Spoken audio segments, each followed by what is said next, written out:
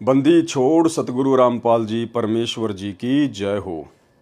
सत्साई भाई और बहनों, दया परमपिता परमेश्वर सतगुरु रामपाल जी की, जिनकी विशेष कृपा दृष्टि से आप और हम सभी सत्सेवक भाई बहन तीनों समय की आरती वाली पुस्तिका भक्ति बोध के सरलार्थ को समझने जा रहे हैं, जो सरलार्थ स्वयं सतगुरु रामपाल जी परमेश्वर जी ने अपने कर कमलों से यथार्थ भक्ति बोध नाम की पुस्तिका के माध्यम से आप और हमें दे रखा है।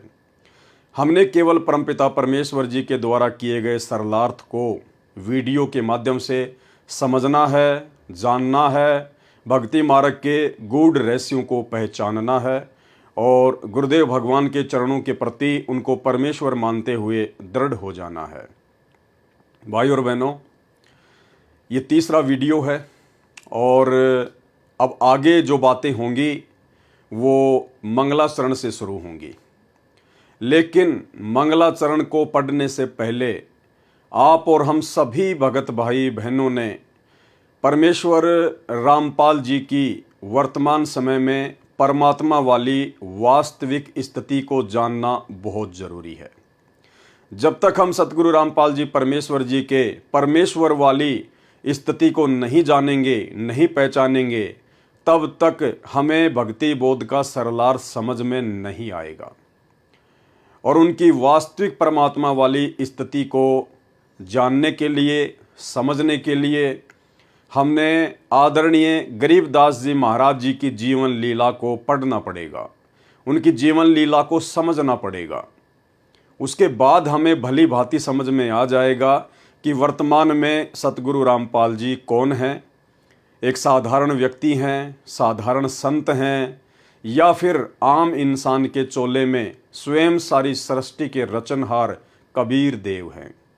तो भाई और बहनों, समय ज़्यादा ना गवाते हुए हम परमपिता परमेश्वर सतगुरु रामपाल जी का जयकारा लगाएंगे, परमेश्वर जी से आशीर्वाद प्राप्त करेंगे कि परमेश्वर हमें सूक्ष्म दृष्टि प्रदान करें, ताकि हम आपके द्वारा किए गए सरलार्थ को भली भांति पहचान सकें, जान सकें, समझ सकें। तो चलिए परमेश्वर जी से वंदना करते हैं, परमात्मा जी का जयकारा लगाते हैं।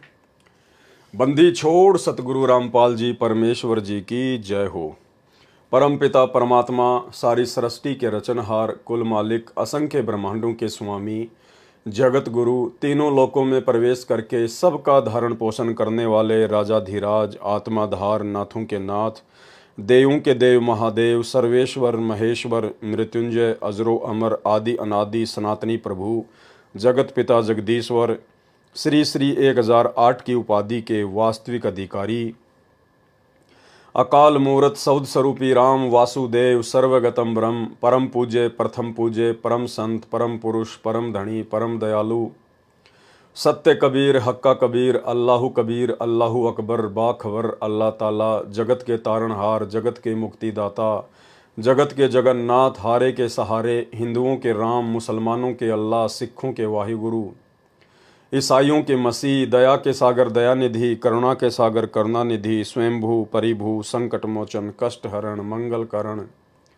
दुख भंजन, अविगत कबीर, निर्विकार निर्विषम परमात्मा, अलय अलेख सतगुरु, आदि अनादि सतगुरु, असली मर्यादा पुरुषोत्तम, असली राम, असली कृष्ण, असली घनश्याम, असली मुरारी, राजाओं के राजा, महाराजाओं के महाराजा, शहंशाहों के शहंशाह, सम्राटों के सम्राट, भगवानों के भगवान, अल्लाहों के अल्लाह, प्रभुओं के प्रभु, मसीहों के मसीह, सच्चे वाहिगुरु, बाबाओं के बाबा, पीरों के पीर, सेठों के सेठ, जगत सेठ, सावड़सा सेठ, सर्वगुण संपन्न, अनंत कोटि कलाओं के स्वामी, अनंत कोटि ब्रह्मांडों के नायक, योगियों में महायोगी, ध्यानियों में महाध्यानी, सिद्धों में परम सिद्ध, ज्ञानियों में तत्वज्ञानी, ब्रह्म ज्ञानी, महाज्ञानी, सर्वश्रेष्ठ ज्ञानी, युवा कबीर, समरथ कबीर, असमवात, अमित ओझा, सच्चे रहनुमा, करीम अल्लाह, सुभान अल्लाह, दुनिया के अंतिम पैगंबर। 8 सितंबर 1951 से गांव धनाना, जिला सोनीपत, हरियाणा, भारतवर्ष की पावन भूमि में प्रकट रियल कल्कि भगवान श्री नारायण साकार हरि, रियल बाबा साहेब, संत श्रोमणी सतगुरु रामपाल जी परमेश्वर जी के चरण कमल में साध संगति से जुड़े हुए हम सभी सत्सेवक भाई बहनों का अनंत कोटि दंडवत प्रणाम। तो भाई और बहनों, भक्ति का मूल होता है सतगुरु, क्योंकि पूर्ण परमात्मा कबीर साहब सतगुरु रूप में ही धरती पर प्रकट होकर अपने तत्व ज्ञान का प्रचार प्रसार करते हैं, अपनी आत्माओं को अपने द्वारा रची गई सृष्टि की वास्तविक जानकारी देते हैं। तो परमेश्वर जी जिस समय पृथ्वी पर सतगुरु रूप में प्रकट होते हैं और यदि कोई भगत, कोई साधक उनकी सतगुरु रूप में प्रकट इस वास्तविक स्थिति को जान लेता है, पहचान लेता है और यदि आजीवन मर्यादा में रहकर भक्ति मार्ग पर लगा रहता है, तो भाई और बहनों, गुरुदेव भगवान कहते हैं ऐसी आत्मा के मोक्ष में कोई भी संशय नहीं होता है।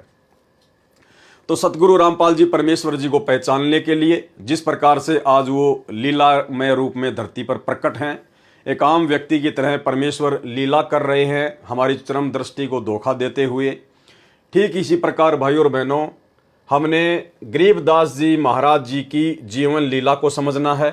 यदि हमें इनकी जीवन लीला समझ में आ गई तो समझ लीजिएगा आपको सतगुरु रामपाल जी की पूरी जीवन लीला समझ में आ जाएगी।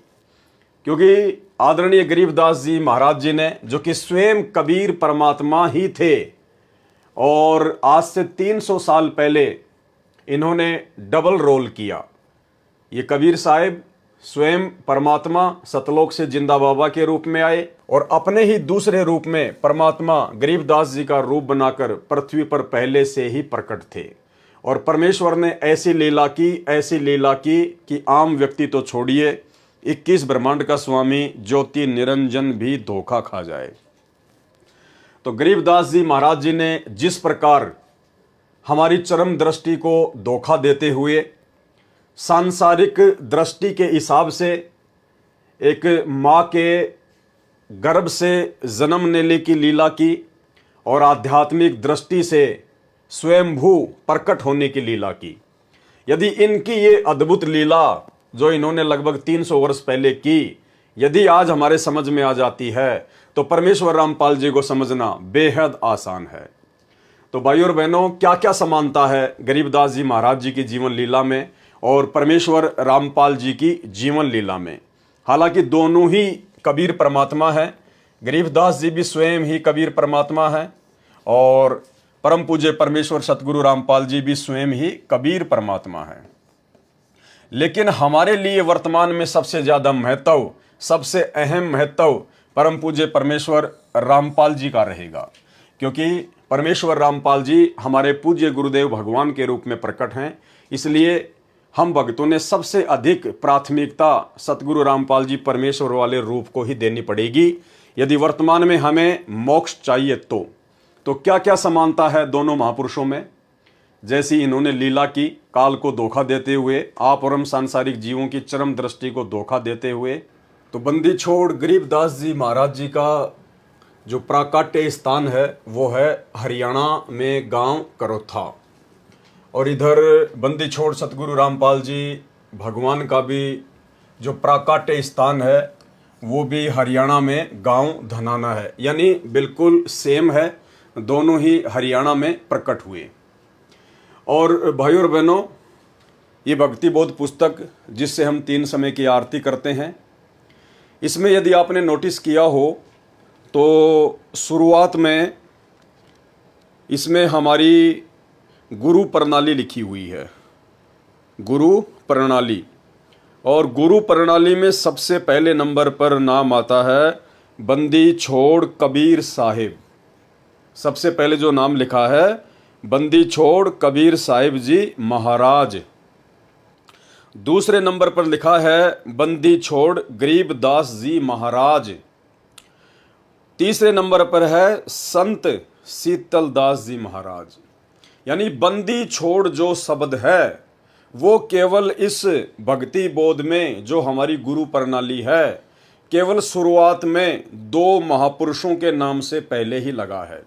सबसे पहले बंदी छोड़ कबीर साहिब जी महाराज, दूसरे नंबर पर बंदी छोड़ गरीबदास जी महाराज। इसके अलावा जितने भी संत हुए हैं गुरु प्रणाली में, किसी के भी नाम से पहले बंदी छोड़ शब्द नहीं लगा है। और सबसे लास्ट में जब हमारे पूज्य गुरुदेव जी का नाम आता है तो फिर हम भगत भाई बहन बोलते हैं बंदी छोड़ सतगुरु रामपाल जी भगवान। यानी पूरी गुरु प्रणाली में जिसमें 11 क्रमांक हैं, केवल 3 ही महापुरुषों के नाम से पहले बंदी छोड़ शब्द लगता है। इसका क्या मतलब है? इसका मतलब यह है कि जिस महापुरुष के नाम से पहले बंदी छोड़ शब्द लगता है वो कोई आम प्राणी नहीं होता है, वो कोई आम साधु संत महात्मा नहीं होता है, वो स्वयं परमात्मा ही होता है। बंदी छोड़ शब्द केवल कबीर परमात्मा के नाम से पहले ही लगता है और किसी के नाम से पहले नहीं। तो इससे ये साबित होता है कि संत गरीबदास जी और परम पूज्य परमेश्वर सतगुरु रामपाल जी भगवान, जिन दोनों महापुरुषों के नाम से बंदी छोड़ शब्द लगा है, इसका मतलब बंदी छोड़ शब्द का मतलब होता है कि वो परमेश्वर शुरू से ही बंदी छोड़ की भूमिका निभाता है, वो शुरू से ही परमात्मा की भूमिका निभाता है। अब देखिए भाई और बहनों, भूमिका तो नानक जी के रूप में भी स्वयं कबीर परमेश्वर जी ने ही निभाई थी। जब कबीर परमात्मा ने जिंदा महात्मा के रूप में बेई नदी से आदरणीय नानक जी को उनके शरीर से उनकी आत्मा को निकालकर सतलोक लेकर गए और जब वापस उनकी आत्मा को छोड़ने का अभिनय किया, तो हम सबको पता है ज्ञान आधार से कि वापस आदरणीय नानक जी की आत्मा उस शरीर में नहीं आई थी। आदरणीय नानक जी एक अच्छी आत्मा थे, उनको परमेश्वर ने मिनी सतलोक में बैठा दिया था। उनको तो वर्तमान में मनुष्य जन्म देना था, दे दिया होगा या परमेश्वर आगे देंगे, उनकी मौज। उसके बाद नानक जी के रूप में सारी की सारी लीला स्वयं बंदी छोड़ कबीर साहिब जी ने ही की थी। लेकिन फिर भी नानक जी के नाम से पहले बंदी छोड़ शब्द नहीं लगा। क्यों? क्योंकि वो शुरू से ही बंदी छोड़ नहीं थे। नानक जी पहले एक जीव थे, आप और हमारी तरह एक सामान्य प्राणी थे, इंसान थे। जब उनको परमात्मा मिले बेई नदी पर, उसके बाद से परमात्मा ने नानक जी के रूप का सहारा लिया, यानी नानक जी वाले रूप में परमात्मा ने आगे लीलाएं की। इसलिए नानक जी के नाम से पहले बंदी छोड़ नहीं लगता, क्योंकि नानक जी शुरू से ही परमात्मा नहीं थे, शुरू से ही बंदी छोड़ नहीं थे। लेकिन आदरणीय गरीबदास जी के नाम से पहले बंदी छोड़ शब्द लगता है। इसका मतलब ये कोई भगत नहीं थे, कोई सामान्य आत्मा नहीं थी। ये शुरू से ही, जब से परमेश्वर ने संसार की चरम दृष्टि को धोखा देते हुए एक माँ के गर्भ से जन्म लेने वाली लीला की, तभी से ये परमात्मा बंदी छोड़ है। और दूसरी तरफ सतगुरु रामपाल जी परमेश्वर, जिनके नाम से पहले बंदी छोड़ लगता है, इन्होंने भी सांसारिक लोगों की, आप और हमारी चरम दृष्टि को धोखा देते हुए एक माँ के गर्भ से जन्म लेने की अद्भुत लीला करते हुए इन्होंने जो खेल रचा, जो अद्भुत लीला की, वो शुरू से ही की। इसलिए सतगुरु रामपाल जी के नाम से पहले बंदी छोड़ शब्द लगता है। और 650 साल पहले काशी बनारस में कबीर परमेश्वर जो सतलोक से आए थे, वो भी शुरू से ही परमात्मा थे, इसलिए उनके नाम से पहले बंदी छोड़ शब्द लगता है। इसके अलावा इस गुरु प्रणाली में और जितने भी संत महात्मा है, किसी के नाम से पहले भी बंदी छोड़ शब्द नहीं है। ये आप सबके घरों में है। ये हाथ कंगन को आरसी क्या, पढ़े लिखे को फारसी क्या, आप जी इसको पढ़कर देख सकते हैं। तो सबसे पहले नंबर पर है बंदी छोड़ कबीर साहिब जी महाराज, काशी उत्तर प्रदेश। दूसरे नंबर पर बंदी छोड़ गरीबदास जी महाराज, गांव छुडानी, झज्जर, हरियाणा। तीसरे नंबर पर संत शीतलदास जी महाराज, यहाँ बंदी छोड़ नहीं लगा, क्योंकि संत शीतलदास जी गरीबदास जी के शिष्य थे, वो एक जीव आत्मा थी, आप और हमारी तरह। संत शीतलदास जी महाराज, गांव बरहाना, जिला रोहतक, हरियाणा। चौथे नंबर पर संत ध्यानदास जी महाराज। पांचवें नंबर पर संत रामदास जी महाराज। छठवें नंबर पर संत ब्रह्मानंद जी महाराज, गांव करोथा, जिला रोहतक, हरियाणा। सातवें नंबर पर संत जुगतानंद जी महाराज। आठवें नंबर पर संत गंगेश्वरानंद जी महाराज, गांव बाजिदपुर, दिल्ली। नौवें नंबर पर संत चिदानंद जी महाराज, गांव गोपालपुर धाम, सोनीपत, हरियाणा। 10वें नंबर पर संत राम देवानंद जी महाराज, तलवंडी भाई, फिरोजपुर, पंजाब। और 11वें नंबर पर पूर्ण परमेश्वर बंदी छोड़ सतगुरु रामपाल जी भगवान। तो बंदी छोड़ केवल 3 ही महापुरुषों के नाम से पहले लगता है। इसका मतलब आदरणीय गरीबदास जी महाराज शुरू से ही परमात्मा थे, बंदी छोड़ थे, प्रकट होने की लीला की। इसी प्रकार सतगुरु रामपाल जी परमेश्वर शुरू से ही बंदी छोड़ हैं, केवल इन्होंने प्रकट होने की लीला की है। इसके अलावा आदरणीय गरीबदास जी महाराज एक किसान परिवार में आए और जाट बिरादरी में आए। ठीक इसी प्रकार सतगुरु रामपाल जी परमेश्वर वर्तमान में एक किसान परिवार में आए और जाट बिरादरी में ही आए। वैसे संतों की कोई बिरादरी नहीं होती है, कोई जाति नहीं होती है। कहते हैं जाति न पूछो संत की, पूछ लीजियो ज्ञान, मोल करो तलवार का, पड़ी रहन दो म्यान। संतों से केवल ज्ञान पूछना चाहिए, लेकिन हम भाई बहन अपने परमेश्वर की वास्तविक स्थिति को समझने के लिए थोड़ा सा सहारा ले रहे हैं। तीसरे नंबर पर आदरणीय गरीबदास जी महाराज जी के मुंह बोले माता पिता, जिनकी माता जी का नाम था श्रीमती रानी देवी और जिनके पिताजी का नाम था श्री बलराम जी। ठीक इसी प्रकार सतगुरु रामपाल जी परमेश्वर जी के मुंह बोले माता पिता का नाम, माता जी का नाम था भगतमती इंद्रो देवी और पिताजी का नाम था श्री नंदराम जाट। आदरणीय गरीबदास जी महाराज जी साधारण वेशभूषा में रहा करते थे, जिस प्रकार हरियाणा का आम व्यक्ति रहता है या विशेषकर हरियाणा के जाट समाज से संबंधित जो किसान भाई है वो पहना करते थे, धोती कुर्ता या कुर्ता पायजामा। इन्होंने कोई भी आडंबर, लाल कपड़े, पीले कपड़े, कोई भी विशेष आडंबर इन्होंने अपने जीवन में नहीं किया।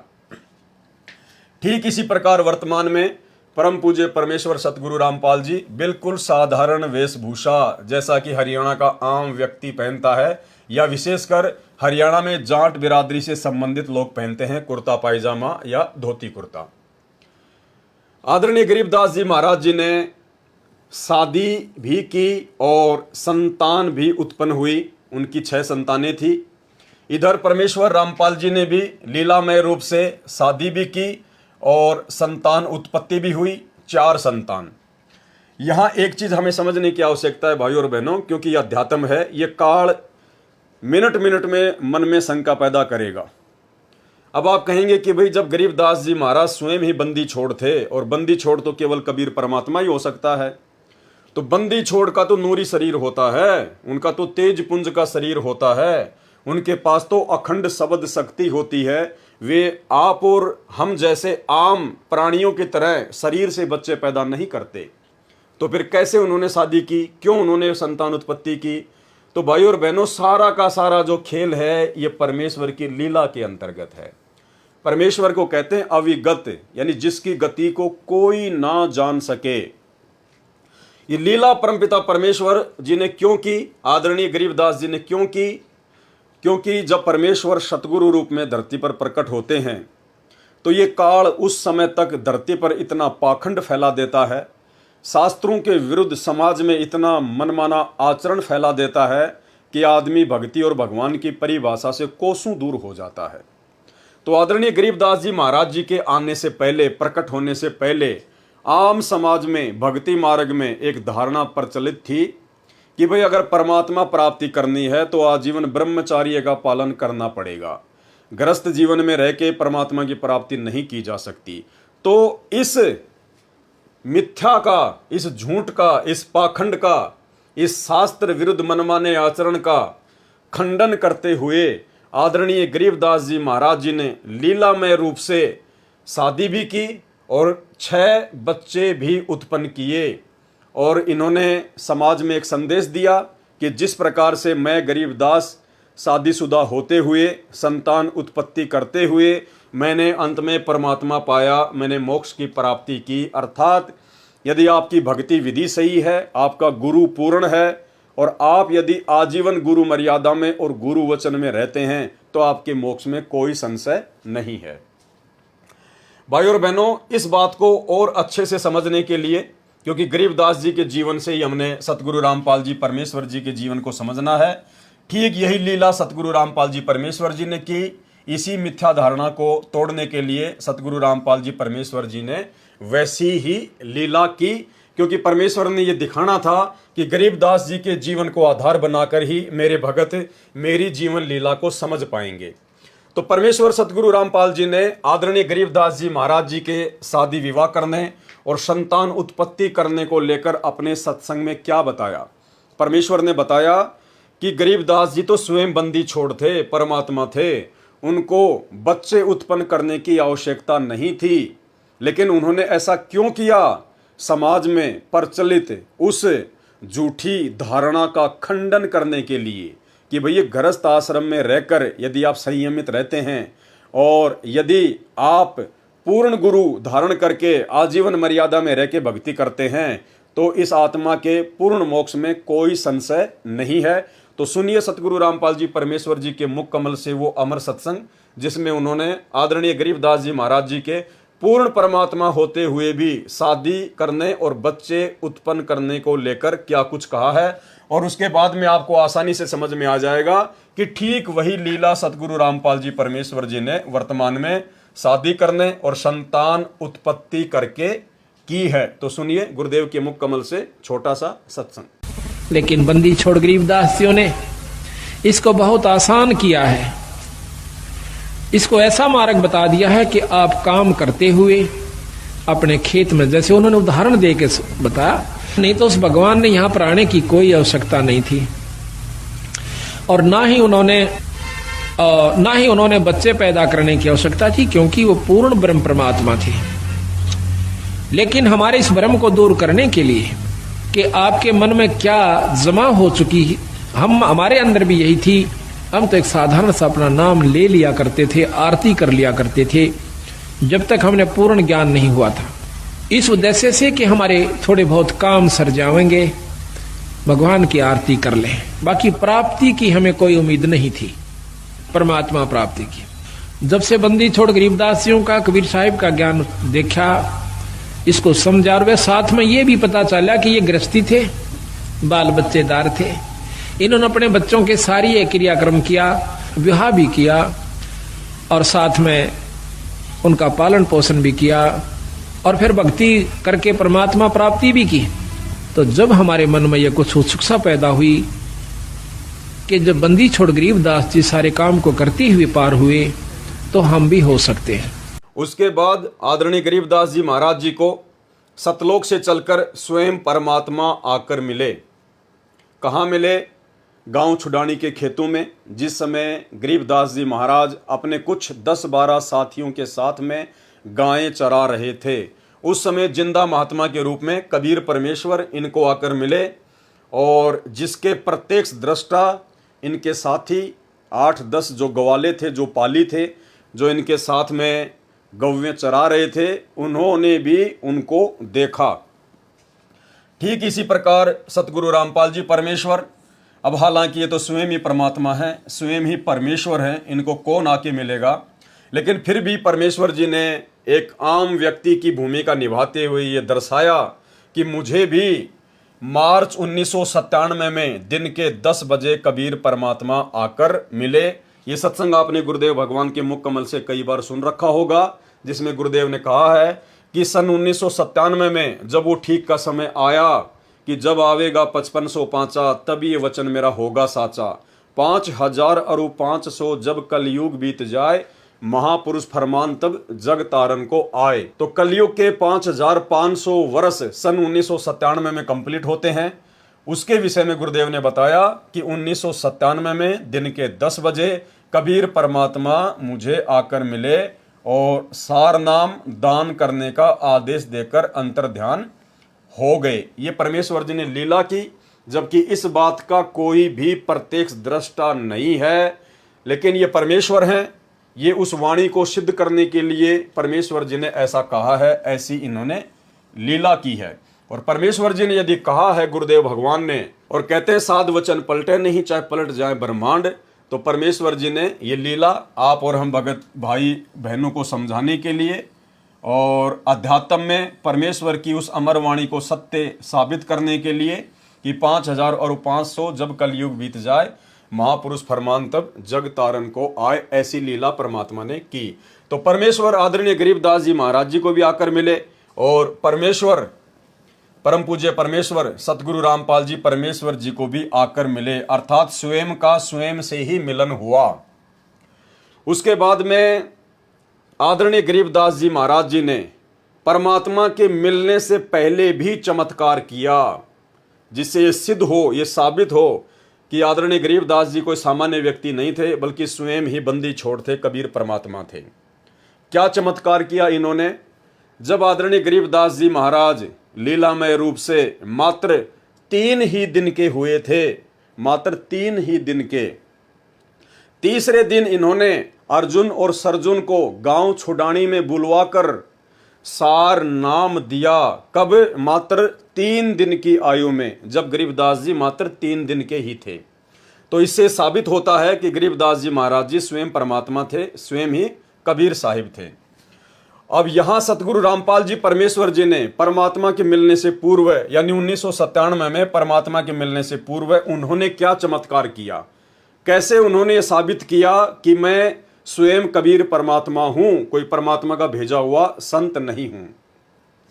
तो परमात्मा के मिलन से पूर्व चमत्कार सन 1992 की यह घटना है, क्योंकि सतगुरु रामपाल जी परमेश्वर जी ने लीलामय रूप से मुंह बोला गुरु बनाते हुए आदरणीय राम देवानंद जी को 17 फरवरी 1988 को नाम दीक्षा ली थी।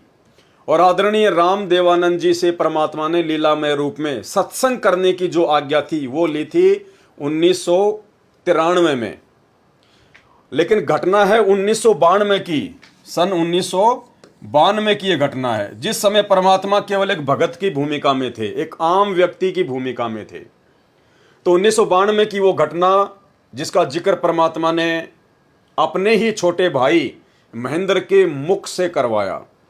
सतगुरु रामपाल जी परमेश्वर जी के छोटे भाई महेंद्र जी, जिन्होंने अपना इंटरव्यू दिया सन 2013 में सतलोक आश्रम बरवाला में, और अपने इंटरव्यू में उन्होंने कहा कि एक समय मेरी नौकरी भी रोहतक में थी, क्योंकि वो हरियाणा पुलिस में डीजी के ड्राइवर थे, और सतगुरु रामपाल जी परमेश्वर जी उस समय जूनियर इंजीनियर की नौकरी करते थे।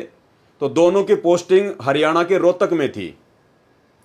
तो महेंद्र जी ने बताया कि जब लंच होता था तो गुरुजी मेरे पास में आ जाया करते थे। उस समय तक मैंने नाम दीक्षा नहीं ली थी, वो मुझे बहुत समझाया करते थे, लेकिन ये ज्ञान मेरी समझ में नहीं आया। लेकिन काफ़ी समय बाद में जब उन्होंने ज़्यादा ही दबाव डाला तो मैंने कहा जी मैं भक्ति तो कर लूँ, मैं नाम दीक्षा तो ले लूँ, लेकिन मेरे से शराब नहीं छूटती है, ये ड्रिंक करना नहीं छूट रहा मेरे से। तो सन 1992 में जिस समय तक सतगुरु रामपाल जी स्वयं भक्ति किया करते थे, एक भगत की भूमिका में थे, 1992 में सतगुरु रामपाल जी परमेश्वर जी ने अपने छोटे भाई महेंद्र को आशीर्वाद दिया, उनसे कहा कि जा आज के बाद नहीं पिएगा। और भाइयों और बहनों, महेंद्र ने कहा कि वो 1992 का दिन है और आज का दिन है, मैंने शराब को छुआ तक नहीं है। तो घटना 1992 की, जिस समय सतगुरु रामपाल जी परमेश्वर जी एक भगत की भूमिका में थे, और एक भगत, इस कबीर पंथ में भगत का ये नियम होता है कि वो ना किसी को आशीर्वाद दे सकता है, ना किसी का आशीर्वाद वो ले सकता है। लेकिन परमेश्वर रामपाल जी ने अपने आप को परमात्मा साबित करना था, इसलिए परमेश्वर ने परमात्मा के मिलन से पूर्व एक भगत की भूमिका में सन 1992 में यह चमत्कार किया, और उसके बाद महेंद्र का जीवन बदल गया। उसने कभी जिंदगी में शराब को छुआ भी नहीं। ये महेंद्र का कहना है कि मैंने शराब को छुआ नहीं, उसने छुआ या नहीं छुआ ये हमें नहीं पता, लेकिन उसका अपने इंटरव्यू में ये कहना है। लेकिन घटना 1992 की है, जो महेंद्र जी स्वयं अपने मुख कमल से बोल रहे हैं। तो सुनिए महेंद्र जी का ये छोटा सा इंटरव्यू, ताकि आपको यकीन हो कि हाँ, सतगुरु रामपाल जी परमेश्वर शुरू से ही परमात्मा है, ना कि 1994 में या 97 में जाकर वो परमात्मा बने हैं। फिर मेरे जीवन में एक ऐसी घटना घटी, 1992 की बात है, कि मैं एक डीआईजी को लेकर के मधुबन गया हुआ था, पुलिस ट्रेनिंग सेंटर के अंदर। रात को वहाँ ठहरे, मैं सुबह सोकर उठा तो मैंने देखा, मैं चारपाई पर लेटा हुआ, मेरी आंखें खुल गई। तो लेटे लेटे मैं क्या देख रहा हूं कि मेरे पैरों की तरफ उस मकान यानी कमरे में 2 खिड़कियां थी। एक खिड़की में महाराज जी कम से कम 8-10 फीट ऊपर आसमान में बैठे हैं, वो सीन मुझे आज तक याद है। काले रंग के चश्मे लगा रखे थे, लाइनिंग वाला शर्ट, काली पैंट, और ऐसे बैठे हैं जैसे पद्मासन होता है, हाथ जोड़कर। तो संत रामपाल जी की तरफ 2 पैर दिखाई दे रहे हैं, घुटने से नीचे बिल्कुल लाल रंग के, जैसे सूर्य सुबह निकलता है। तो मैं देख कर डर गया। मैंने अपनी घड़ी देखी, उस द्वार पे एक घड़ी लगी हुई थी, उसको देखा भी 7 बज गए हैं। दूसरी खिड़की से देखा तो शहतूत का पेड़ है, चिड़िया बैठी हैं, लेकिन मैं ये सीन क्या देख रहा हूँ। कम से कम 5 मिनट मैंने सीन को देखा। तो मैं डर गया कि मैंने समझा कि भी कहीं गुरुजी मर गए हैं, उनकी आत्मा मुझे मिलने के लिए आ रही है। अब उसमें फ़ोन भी नहीं थे, मैं डीआईजी को बोल भी नहीं सकता था कि मेरा भाई मर गए हैं। तो मैं बहुत चिंतित हो गया। हम 1 बजे मधुबन से रोहतक के लिए चले, हम लगभग 3 बजे वहाँ पहुँच गए। मैं गाड़ी खड़ी करके सीधा मकान पे गया, गुरुजी के मकान के ऊपर। तो जाके मैंने देखा गुरुजी ठीक ठाक मिले, मन में शांति हुई। तो गुरुजी ने पूछा भी कैसे आना हुआ आज दिन में, कैसे टाइम मिल गया। तो मैंने घटना के बारे में बताया। मैंने कहा जी मैंने तो ऐसे ऐसे एक घटना देखी सुबह सुबह, मैं डर गया कहीं आप मर ना गए हो। तो महाराज जी ने कहा कि मेरे स्वरूप में कबीर परमेश्वर आए थे और अब आपको भक्ति मिल जाएगी। तो मैंने कहा जी मैं तो ड्रिंक्स वगैरह कर लेता हूँ, वो छूटती नहीं, भक्ति कैसे करूँगा। तो गुरुजी ने कहा जा आज के बाद नहीं पिएगा। तो उनके एक शब्द से ऐसी दीवार खड़ी हो गई कि आज 1992 की बात है, आज 2013 हो गया, यानी लगभग 21 वर्ष हो गए। वो आज तक मैंने शराब को छुआ तक नहीं है।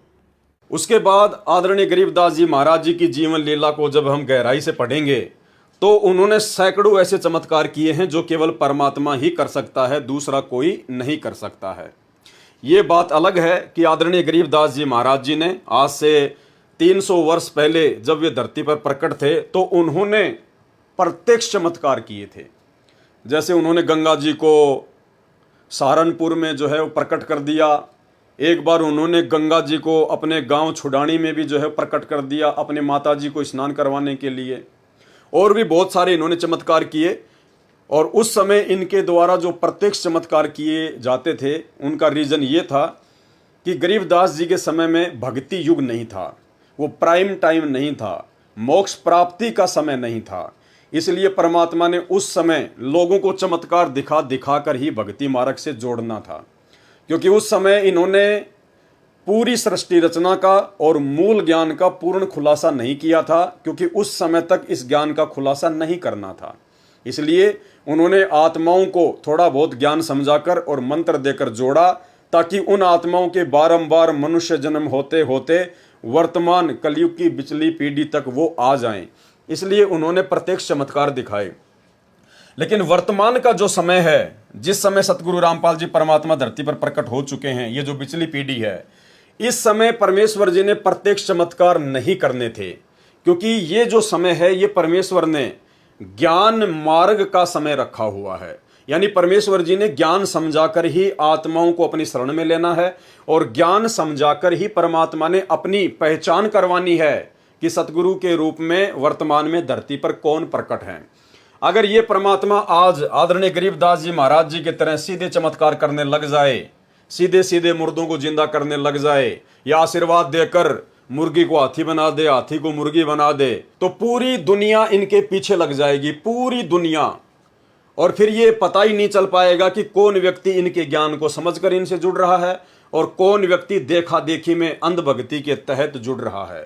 जिस प्रकार छोटे मोटे बाबा आजकल जैसे बागेश्वर धाम वाले धीरेन्द्र शास्त्री, वो पंडोखर सरकार वगैरह, ये छोटे मोटे चमत्कार दिखा देते हैं, सिद्धियाँ दिखा देते हैं अपने पूर्व जन्म की भक्ति कमाई से।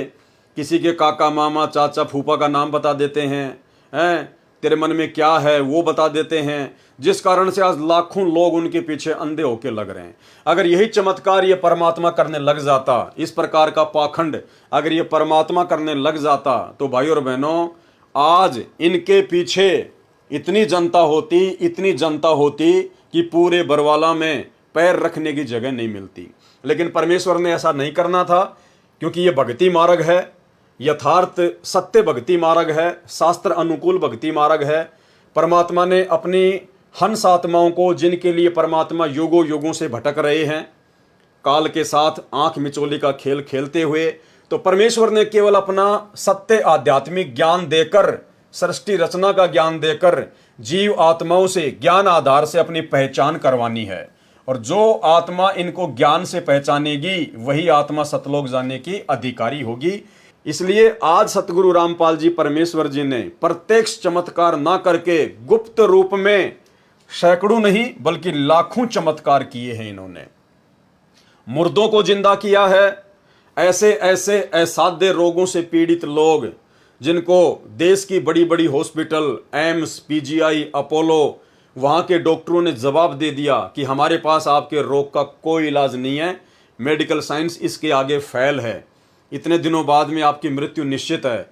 और जब से उन लोगों ने सतगुरु रामपाल जी परमेश्वर जी से नाम दीक्षा ली, आज वो घोड़े की तरह बिल्कुल स्वस्थ हैं। कोई कह भी नहीं सकता कि ये रोग आपको कभी जीवन में था।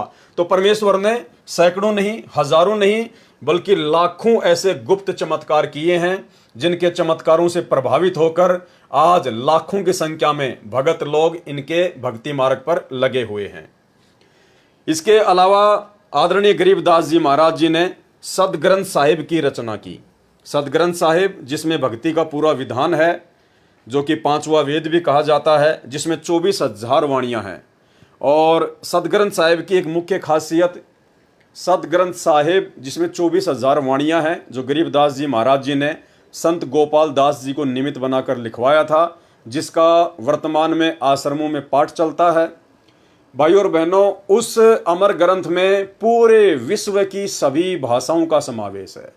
यानी पूरी दुनिया के जितने भी देश हैं, उन देशों में जो जो भाषा चलती है, हर भाषा के शब्द आदरणीय गरीबदास जी महाराज जी के सदग्रंथ साहिब में लिपिबद्ध हैं।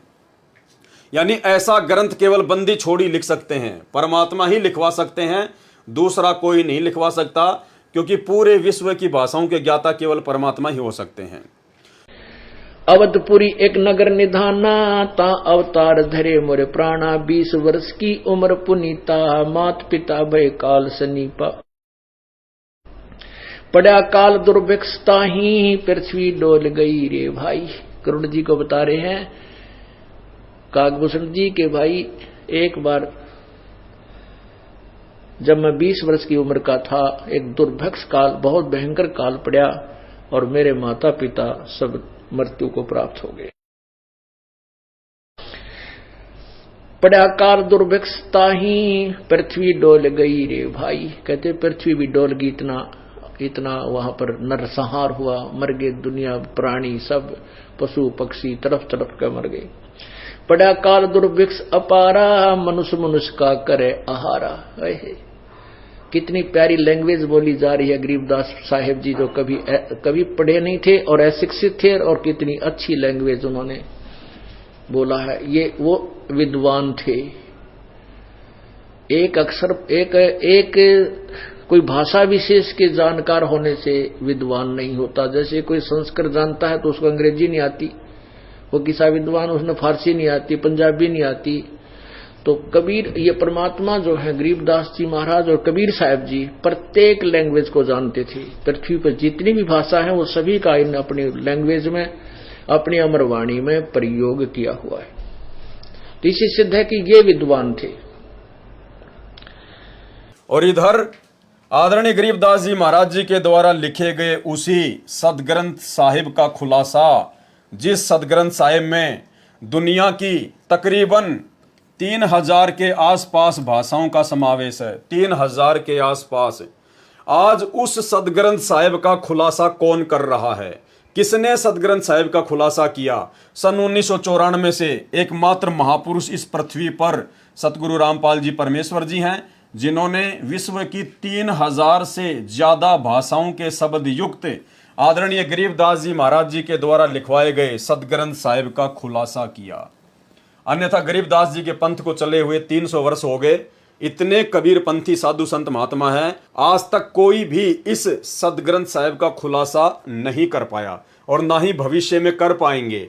तो ये स्वयं परमात्मा है जिन्होंने 3000 से ज्यादा भाषाओं से युक्त आदरणीय गरीबदास जी महाराज जी के सदग्रंथ साहिब का खुलासा किया और वर्तमान में कर रहे हैं। इसके अलावा आदरणीय गरीबदास जी महाराज जी का जब समय पूरा हुआ, जब उन्होंने अपनी लीला समाप्त करनी थी इस शरीर से, तो आज गरीबदास जी महाराज जी के जो पंथी हैं और उन्होंने जो सतग्रंथ साहिब लिखा हुआ है, तो उसकी भूमिका में लिखा है कि जब गरीबदास जी महाराज जी का अंतिम संस्कार किया गया तो उसके बाद में उनकी अस्थियां नहीं मिली, और उसके बाद उन्होंने सतग्रंथ साहिब की भूमिका में लिखा कि आदरणीय गरीबदास जी महाराज कोई आम व्यक्ति नहीं थे, कोई सामान्य संत नहीं थे, ये तो स्वयं परमात्मा थे। इनका तो शब्द स्वरूपी शरीर था, इनकी तो तेज पुंज की देह थी, इनकी तो अस्थि भी नहीं मिली। मतलब इनके रहते सहते तो इनको बावलिया कहा करते थे, पागल कहा करते थे, छोरी का छोरा कहा करते थे, लड़की का लड़का कहा करते थे, गांव का दोहता कहा करते थे। और इनके जाने के बाद जब लोगों ने देखा कि इनकी चिता में अस्थि ही नहीं है, तो फिर इनको परमात्मा मानने लग गए, इनको बंदी छोड़ कहने लग गए। भाई उसके बाद क्या फायदा। और भाई बहनों, इधर जब परमेश्वर सतगुरु रामपाल जी इस काल लोक से अपनी लीला पूरी करेंगे, वापस अपने निज लोक सतलोक को जाएंगे, तो भाई और बहनों ये परमात्मा सशरीर सतलोक में जाएगा, सशरीर। आदरणीय गरीबदास जी महाराज जी ने तो आम सांसारिक व्यक्ति की तरह शमशान घाट पर जाने की लीला की, लेकिन इधर सतगुरु रामपाल जी परमेश्वर पूरी दुनिया को एक संदेशा देकर जाएंगे कि भाई आप लोग मौका चूक गए। यहाँ तो स्वयं बंदी छोड़ धरती पर विराजमान थे सतगुरु रामपाल जी के रूप में, ये परमात्मा सशरीर सतलोक जाएंगे, सशरीर सतलोक जाएंगे। और तभी इनका ये भक्ति मार्ग यथार्थ 13वां कबीर पंथ 1000 वर्ष तक निर्बाध रूप से और उसके बाद कई लाखों वर्ष तक इस कलयुग में चलेगा। इसलिए परमात्मा ऐसी ही लीला यहाँ से करके जाएंगे ताकि दुनिया इनको परमेश्वर मानकर फिर इनके भक्ति मार्ग पर दृढ़ता से लगी रहेगी। इसके अलावा जब आदरणीय गरीबदास जी महाराज जी ने छुड़ाने में अपना शरीर छोड़ा, उसके बाद में उसी शरीर में उसी अवस्था में ये उत्तर प्रदेश के सहारनपुर में अपने प्रिय भगत भूमड़ सैनी के घर पर प्रकट हो गए। भगत भूमड़ दास अर्थात भूमड़ सैनी जो इनका भगत था, जो सहारनपुर से सत्संग सुनने के लिए गांव छुड़ानी में आया करता था। एक समय जब वो भगत आया हुआ था तो गुरुदेव भगवान ने बताया कि आदरणीय गरीबदास जी ने कहा कि भाई आज के बाद आपको गांव छुड़ानी में नहीं आना है। कारण पूछा तो परमेश्वर जी ने बताया, गरीबदास जी ने बताया कि मैं आपके पास सहारनपुर में ही आऊँगा। तो इन्होंने छुड़ानी में शरीर छोड़ने के बाद में उसी शरीर में ये लगभग 35 वर्ष तक उत्तर प्रदेश के सहारनपुर में रहे। और भाई और बहनों, इधर सतगुरु रामपाल जी परमेश्वर वर्तमान में भी शब्द रूप में अपने सतसेवक बच्चों के घरों पर विराजमान हैं, प्रकट हैं। और सतलोक जाने के बाद भी ये परमात्मा शब्द रूप में अपने प्रत्येक बच्चे के साथ में, अपने प्रत्येक भक्तों के घरों में, जो भगत अपने घर को ही आश्रम बना लेंगे उन भक्तों के घरों पर परमात्मा विराजमान रहेंगे, प्रकट रहेंगे शब्द रूप में। और जब भगत को आवश्यकता पड़ी परमेश्वर के शरीर की, तो ये तो परमात्मा है, ये तो शरीर भी धारण कर लेगा, इसमें कोई संशय नहीं है। और इस प्रकार की लीलाएं परमात्मा करेंगे जिससे भक्तों का दृढ़ विश्वास भक्ति मार्ग पर लाखों साल तक बना रहेगा। तो भाई और बहनों, ये कुछ समानताएं हैं जो हमें ये शिक्षा देती हैं, हमारे विश्वास को दृढ़ करती हैं कि जिस प्रकार आदरणीय गरीबदास जी महाराज जी ने भी एक आम व्यक्ति की लीला की, एक आम सांसारिक पुरुष की इन्होंने लीला की, और अंत में पता चला कि ये तो परमात्मा थे, तो बंदी छोड़ते स्वयं ही कबीर साहिब थे। और इधर वही सारी की सारी लीला सतगुरु रामपाल जी परमेश्वर जी ने की है और कर रहे हैं और आने वाले समय में करेंगे। तो इससे साबित हो जाता है कि सतगुरु रामपाल जी परमेश्वर धरती पर स्वयं परमात्मा हैं, बंदी छोड़ हैं, सारी सृष्टि के रचनहार हैं। और हम भक्तों को किसी भी प्रकार का कोई डाउट इनकी लीला के ऊपर, इनके लीला में जीवन चरित्र के ऊपर नहीं होना चाहिए। इसके अलावा आदरणीय गरीबदास जी महाराज जी ने 24,000 वाणियों से युक्त सतग्रंथ साहिब को लिखवाया, उनकी रचना करवाई, लेकिन आदरणीय गरीबदास जी महाराज जी ने उन वाणियों का कभी खुलासा नहीं किया। कभी भी इन्होंने खुलासा नहीं किया, केवल वाणियां इन्होंने लिखवा दी सदग्रंथ साहिब के रूप में। और इधर सतगुरु रामपाल जी परमेश्वर जी उसी सदग्रंथ साहिब का खुलासा कर रहे हैं। भक्ति बोध, यथार्थ भक्ति बोध नामक पुस्तक में उन्होंने आदरणीय गरीबदास जी महाराज जी के सदग्रंथ साहिब का खुलासा किया। और सन 1994 में जब सतगुरु रामपाल जी परमेश्वर जी ने सत्संग करना शुरू किए, तो सन 1994 से लेकर 2000 तक आदरणीय गरीबदास जी महाराज जी के सदग्रंथ साहिब को आधार बनाकर ही सतगुरु रामपाल जी ने सत्संग किए, प्रवचन किए और उस ग्रंथ साहिब का पूर्ण खुलासा किया। आप जी 1997 के जिंद के सत्संग, रोहतक के सत्संग और करोथा के सत्संग सुन सकते हैं। वो जितने भी सत्संग हैं जो कि ऑडियो में हैं, सारे के सारे आदरणीय गरीबदास जी महाराज जी के द्वारा लिपिबद्ध करवाए गए विश्व की 3000 से ज्यादा भाषाओं के शब्दों युक्त सदग्रंथ साहिब को आधार बनाकर ही पूज्य गुरुदेव जी ने सत्संग किया। तो लिखा आदरणीय गरीबदास जी महाराज जी ने और आज उसका खुलासा किया सतगुरु रामपाल जी परमेश्वर जी ने। यानी पूरे विश्व की भाषाओं के जानकार या तो गरीबदास जी महाराज जी थे या वर्तमान में सतगुरु रामपाल जी परमेश्वर जी हैं। अवधपुरी एक नगर निधाना, ता अवतार धरे मोरे प्राणा, 20 वर्ष की उम्र पुनीता, मात पिता भय काल सनीपा। पड़ा काल दुर्भिक्षता ही, पृथ्वी डोल गई रे भाई। करुण जी को बता रहे हैं काकभूषण जी के भाई, एक बार जब मैं 20 वर्ष की उम्र का था, एक दुर्भिक्ष काल, बहुत भयंकर काल पड़ा और मेरे माता पिता सब मृत्यु को प्राप्त हो गए। पड़ा काल दुर्भिक्षता ही, पृथ्वी डोल गई रे भाई। कहते पृथ्वी भी डोल गई, इतना वहां पर नरसंहार हुआ, मर गए दुनिया, प्राणी सब, पशु पक्षी तरफ तरफ का मर गए। पड़ा काल दुर्भिक्ष अपारा, मनुष्य का करे आहारा। कितनी प्यारी लैंग्वेज बोली जा रही है गरीबदास साहिब जी, जो कभी पढ़े नहीं थे और अशिक्षित थे, और कितनी अच्छी लैंग्वेज उन्होंने बोला है। ये वो विद्वान थे। एक अक्षर एक कोई भाषा विशेष के जानकार होने से विद्वान नहीं होता। जैसे कोई संस्कृत जानता है तो उसको अंग्रेजी नहीं आती, वो किसा विद्वान, उसने फारसी नहीं आती, पंजाबी नहीं आती। तो कबीर, ये परमात्मा जो है गरीबदास जी महाराज और कबीर साहब जी प्रत्येक लैंग्वेज को जानते थे। पृथ्वी पर जितनी भी भाषा है वो सभी का इन अपनी लैंग्वेज में, अपनी अमरवाणी में प्रयोग किया हुआ है। तो इसी सिद्ध है कि ये विद्वान थे।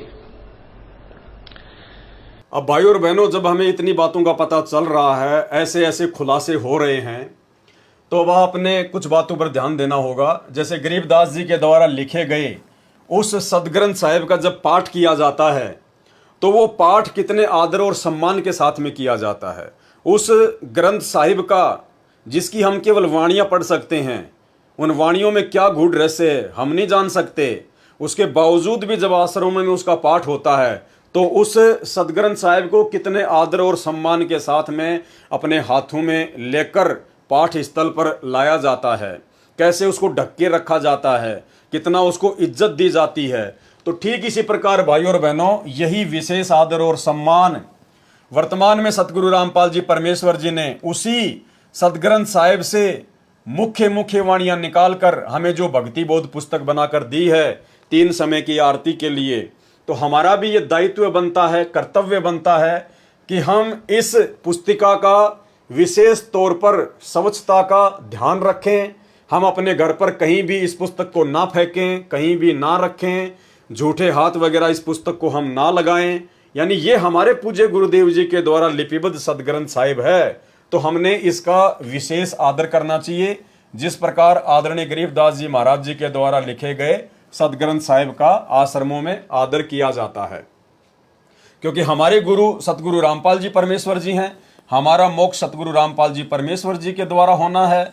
और यदि सतगुरु रामपाल जी परमेश्वर आदरणीय गरीबदास जी महाराज जी के द्वारा लिपिबद्ध करवाए गए सदग्रंथ साहिब का खुलासा नहीं करते, उसके ऊपर सत्संग नहीं करते, पुस्तकें नहीं लिखते, तो आज हमें कैसे पता चलता कि इन वाणियों का क्या महत्व है, कितना महत्व है, हम भक्तों ने भक्ति मार्ग पर कैसे रहना है, कैसे चलना है।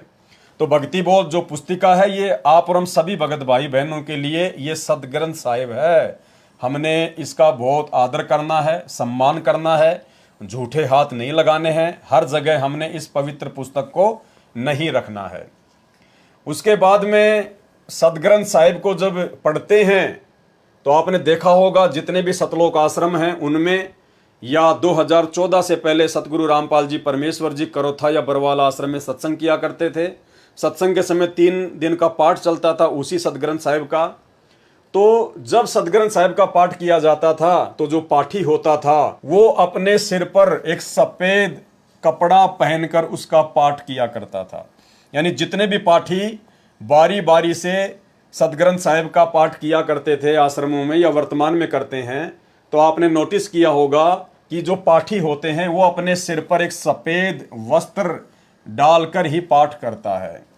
तो वैसे हम सत्सेवक भाई बहन तो काफी लंबे समय से जब भी हम तीनों समय की आरती करते हैं भक्ति बोध पुस्तक को हाथ में लेकर, तो हम सभी भगत भाई बहन अपने अपने सिर पर सफेद जो कपड़ा है वो डालकर ही आरती करते हैं।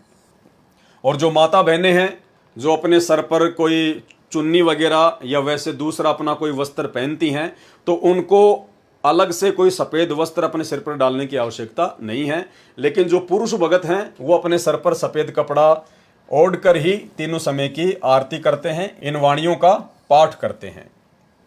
इसके अलावा आपने ये भी देखा होगा इन आश्रमों में कि जब जब आदरणीय गरीबदास जी के द्वारा लिपिबद्ध करवाए गए सदग्रंथ साहिब का पाठ किया जाता है तो पाठी अपने मुंह से बोलकर ही पाठ करता है।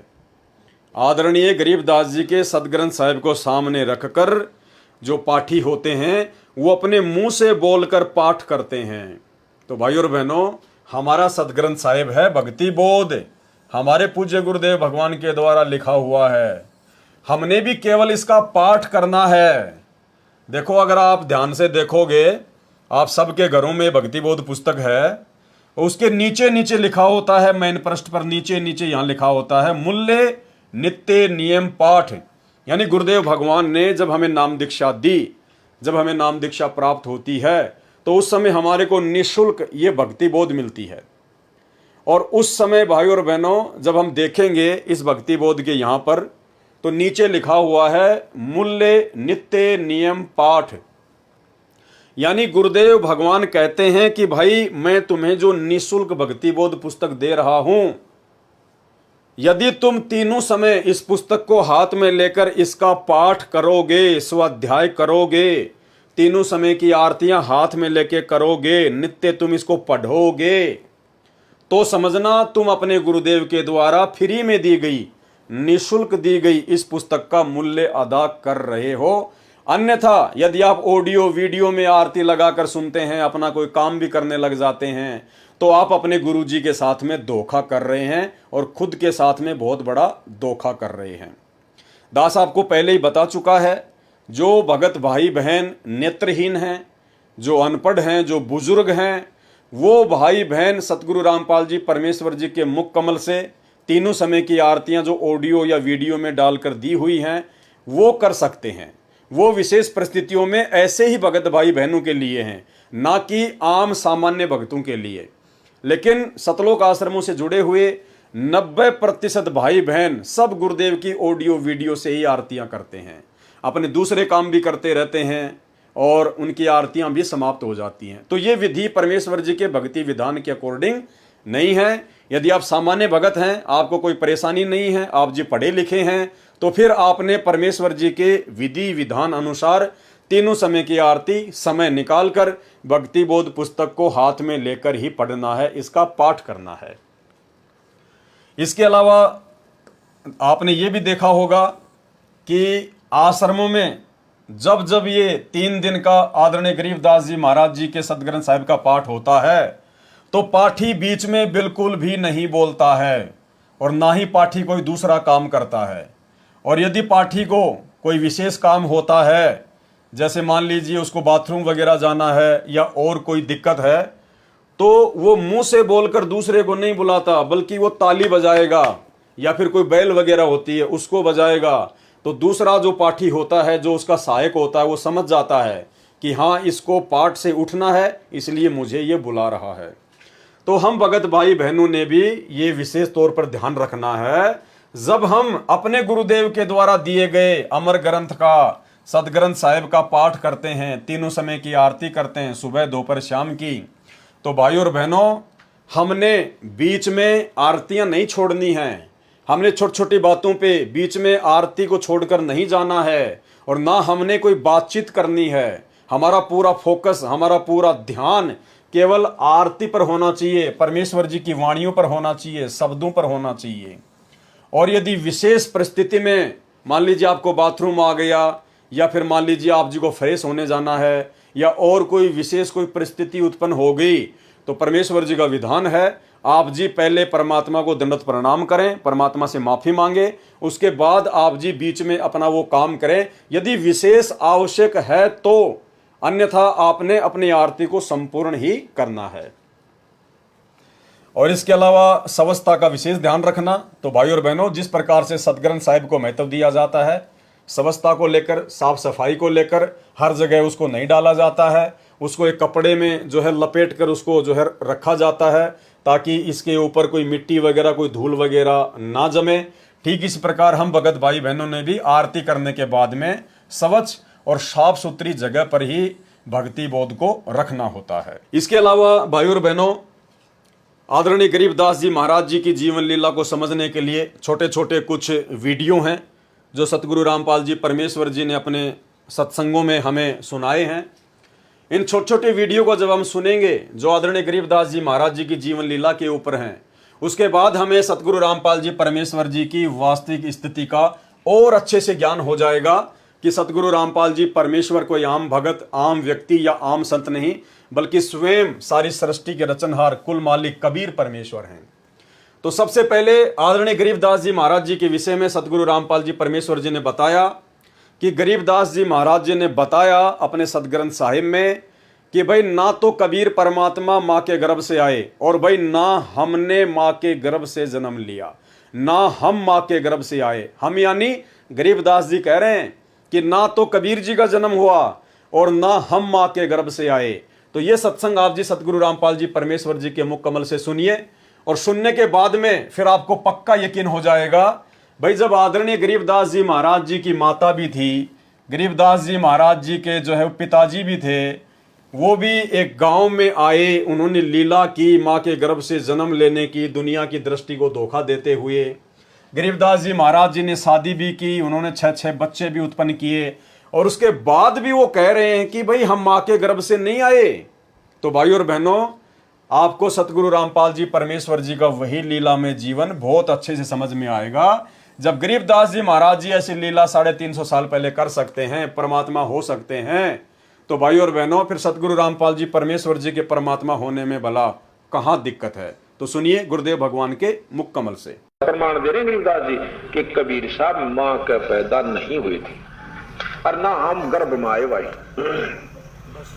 शब्द स्वरूपी रूप हम। इसके अलावा सतगुरु रामपाल जी परमेश्वर जी ने सत्संग में बताया कि ग्रंथ साहिब में लिखा हुआ है, जिसमें बीच बीच में आदरणीय गरीबदास जी महाराज जी ने यह प्रमाणित किया है कि मैं ही कबीर साहिब हूं, मैं कबीर परमात्मा हूं। आदरणीय गरीबदास जी ने स्वयं के विषय में प्रमाणित किया है कि मैं कबीर परमात्मा हूं। सुनिए छोटा सा सत्संग सतगुरु रामपाल जी के मुख कमल से, उसके बाद आपको यकीन हो जाना चाहिए कि जब गरीबदास जी महाराज जी ऐसी लीला करते हुए परमात्मा हो सकते हैं, बंदी छोड़ हो सकते हैं, तो सतगुरु रामपाल जी परमेश्वर जी के तो परमात्मा होने में कोई संशय ही नहीं है।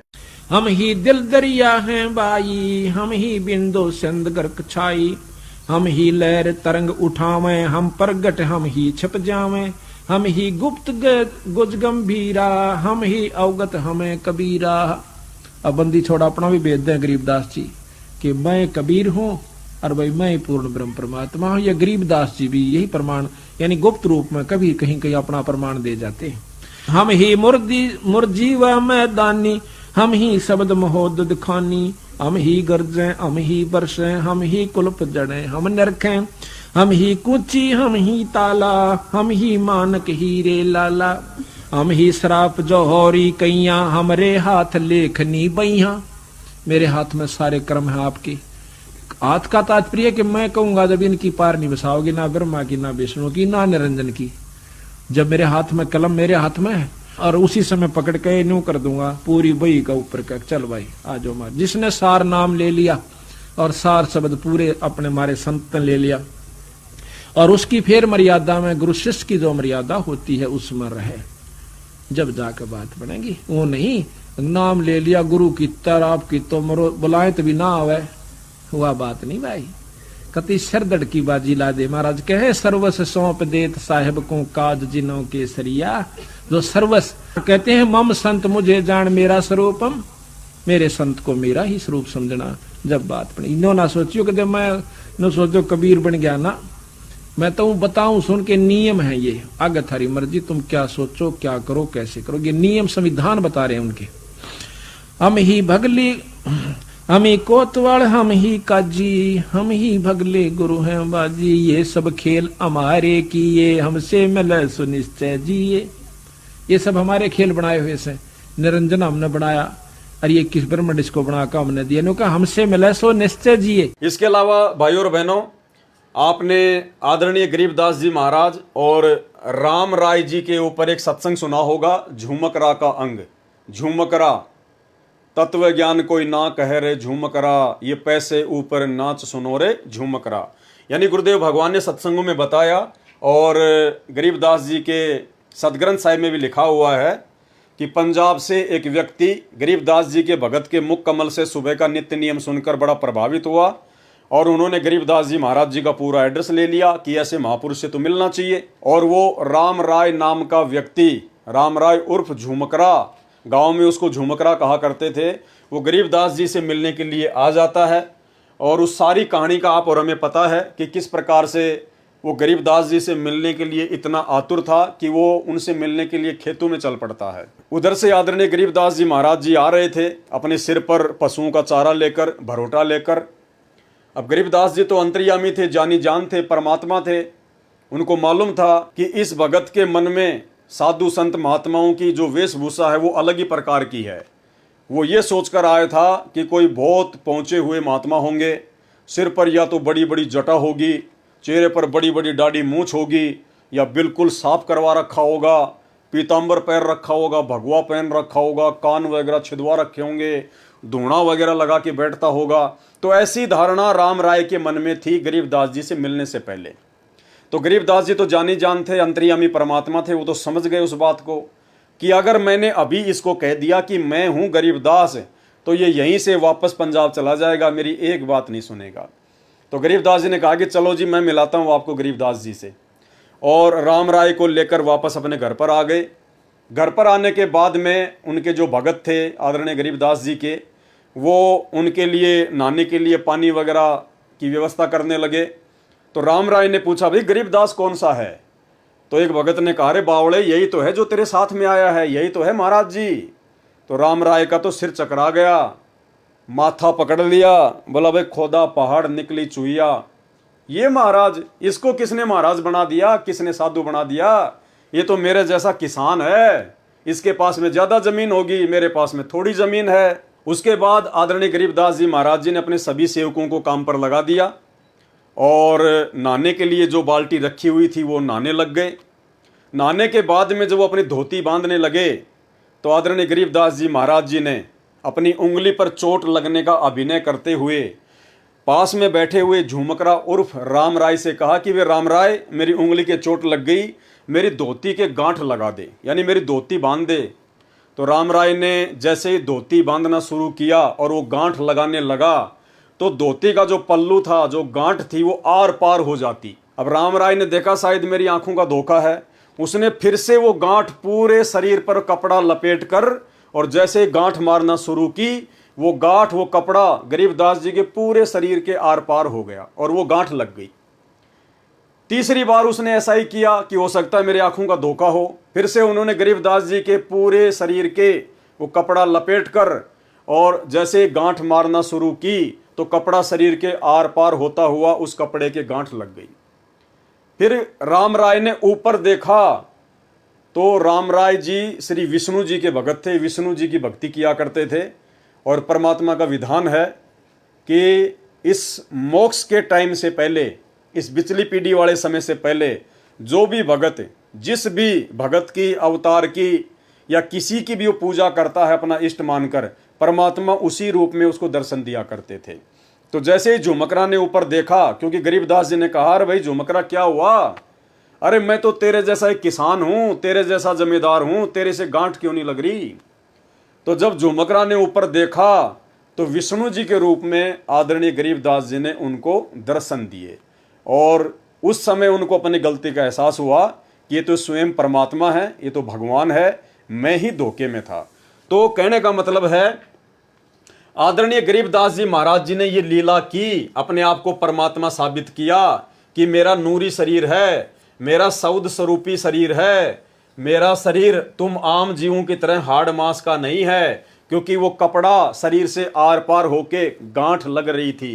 ठीक इसी प्रकार भाई और बहनों, सतगुरु रामपाल जी परमेश्वर जी के जीवन को जब आप देखेंगे, जब आप उनके भक्तों के इंटरव्यू सुनेंगे, या सतगुरु रामपाल जी परमेश्वर जी के मुख कमल से जो इन्होंने अपने भक्तों के इंटरव्यू सुनाए हैं, जब आप वो सुनोगे तो आपको पता चलेगा कि भगत जब सतगुरु रामपाल जी परमेश्वर जी के चरणों की सेवा किया करते थे, उस समय सतगुरु रामपाल जी परमेश्वर जी के चरण फोम से भी ज्यादा मुलायम, फोम से भी ज्यादा मुलायम, ना कोई हड्डी, ना किसी प्रकार का अन्य कोई आडंबर जो आप और हमारे इस हाड़ मांस के शरीर में होता है। एक भगत ने तो स्पेशल सतगुरु रामपाल जी की यही सोचकर परीक्षा ली थी कि अगर परमात्मा होगा तो हमारे जैसे उनके शरीर में हड्डियां नहीं होंगी, बिल्कुल कोमल शरीर होगा, रुई जैसा, जैसे कबीर जी का था।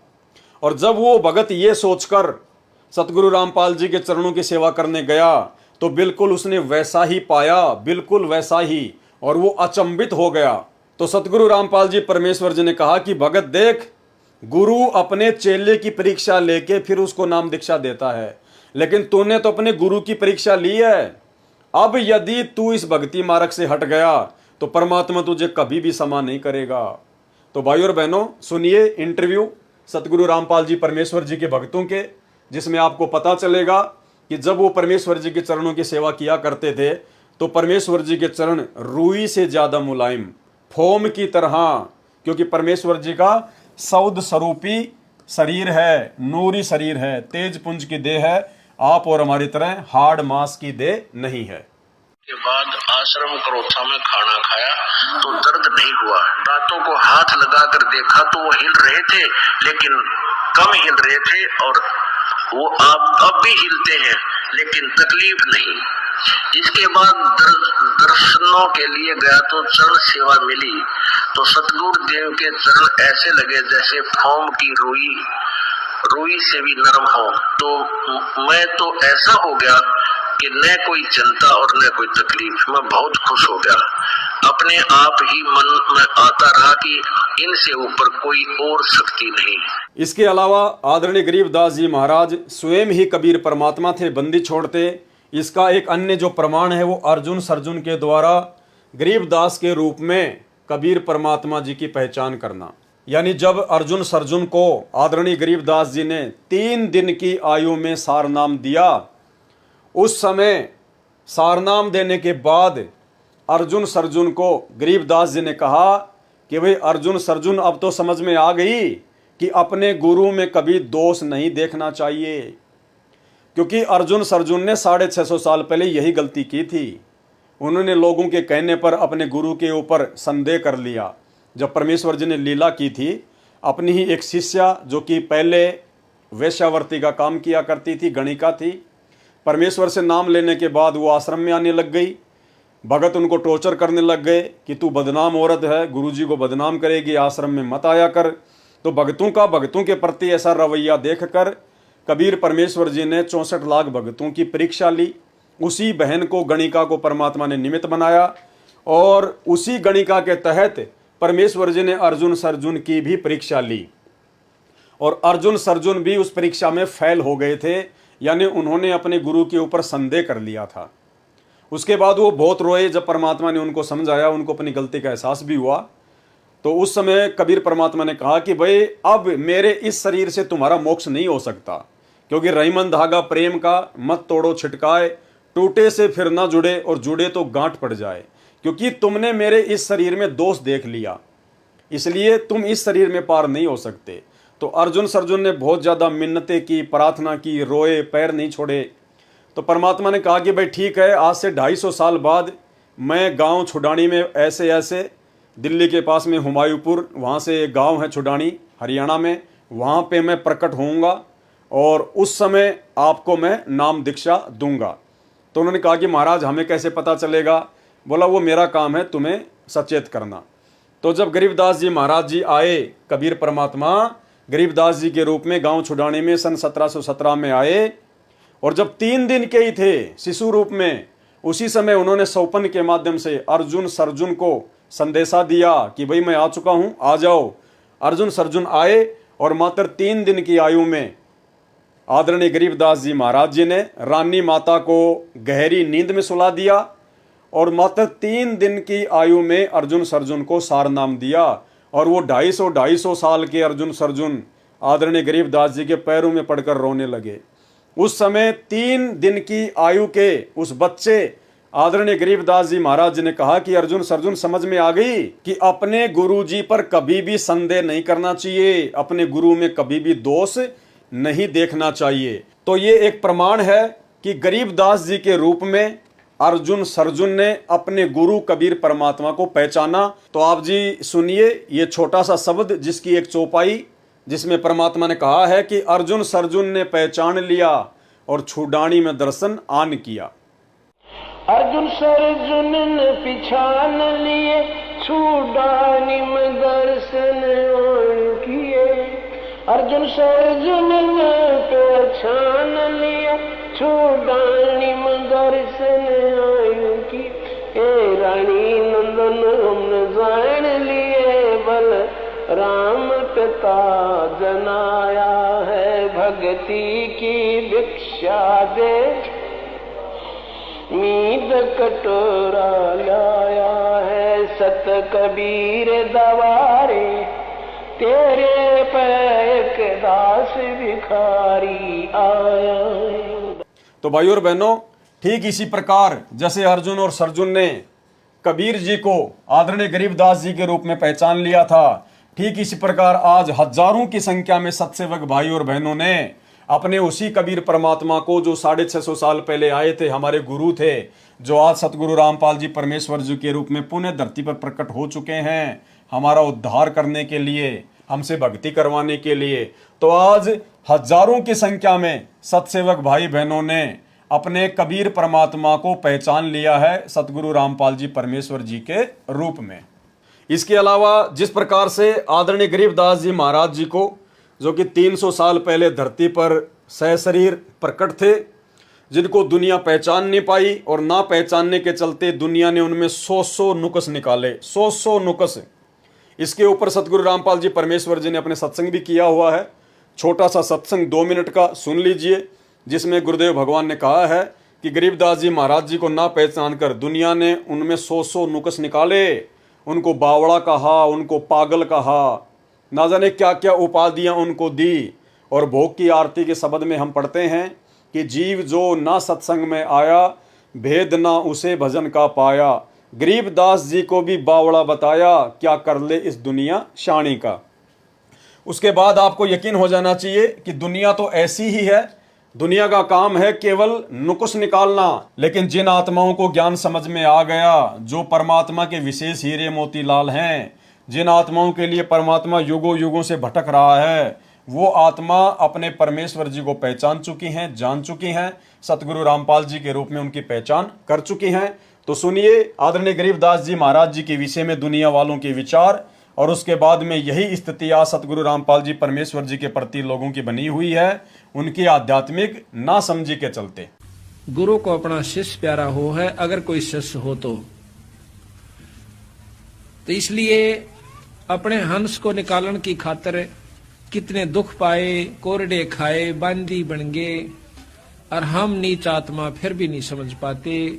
फिर जब गुरु के रूप में कोई आता है संत, उसको फिर ऐसे ही व्यक्ति उसमें 100 कसूर और उसमें 100 प्रक्रिया उल्टी मानकर उसकी निंदा करके अपना कर्म और धर्म नष्ट कर जाते हैं।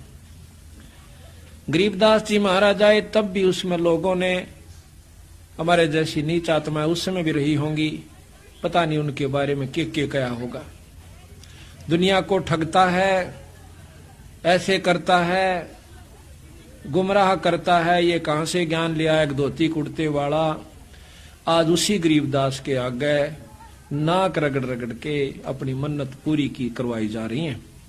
बंदी छोड़ कहते हैं कि अगर जब वो शरीर में थे, बंदी छोड़ की बातों पर विश्वास करके पूरी रूप से उसको परमात्मा स्वरूप मान लेते थे तो भगवान ही, लेकिन उस समय स्वीकार नहीं किया। उस समय स्वीकार कर लेते तो हम सतलोक में होते, तब तो हम सियाणे बने, होशियार बन गए, और यही कारण है चौथे युग में धक्के खा रहे। इसके अलावा भाइयों और बहनों, आदरणीय गरीबदास जी महाराज 12वें पंथ के संचालक थे, 12वें पंथ के संचालक। और दूसरी तरफ सतगुरु रामपाल जी परमेश्वर जी उसी 12वें पंथ में आगे चलकर 17 फरवरी 1988 को आए और सन 1994 से उन्होंने यथार्थ 13वां कबीर पंथ शुरू किया।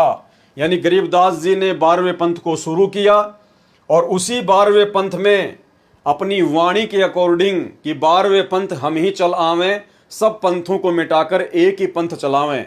650 साल पहले कबीर जी ने धर्मदास जी से कहा था, कबीर सागर में लिखा हुआ है कि 12वें पंथ में हम ही चलावें। यानी गरीबदास जी के द्वारा जो 12वां पंथ चलाया जाएगा, उस 12वें पंथ में आगे चलकर मैं कबीर स्वयं ही आऊंगा और एक नया 13वां कबीर पंथ चलाऊंगा। तो 17 फरवरी 1988 को परम पूज्य परमेश्वर सतगुरु रामपाल जी एक आम भगत की भूमिका करते हुए और एक अच्छी आत्मा आदरणीय राम देवानंद जी को अपना मुंह बोला गुरु बनाते हुए इन्होंने 12वें पंथ में प्रवेश किया 17 फरवरी 1988 को।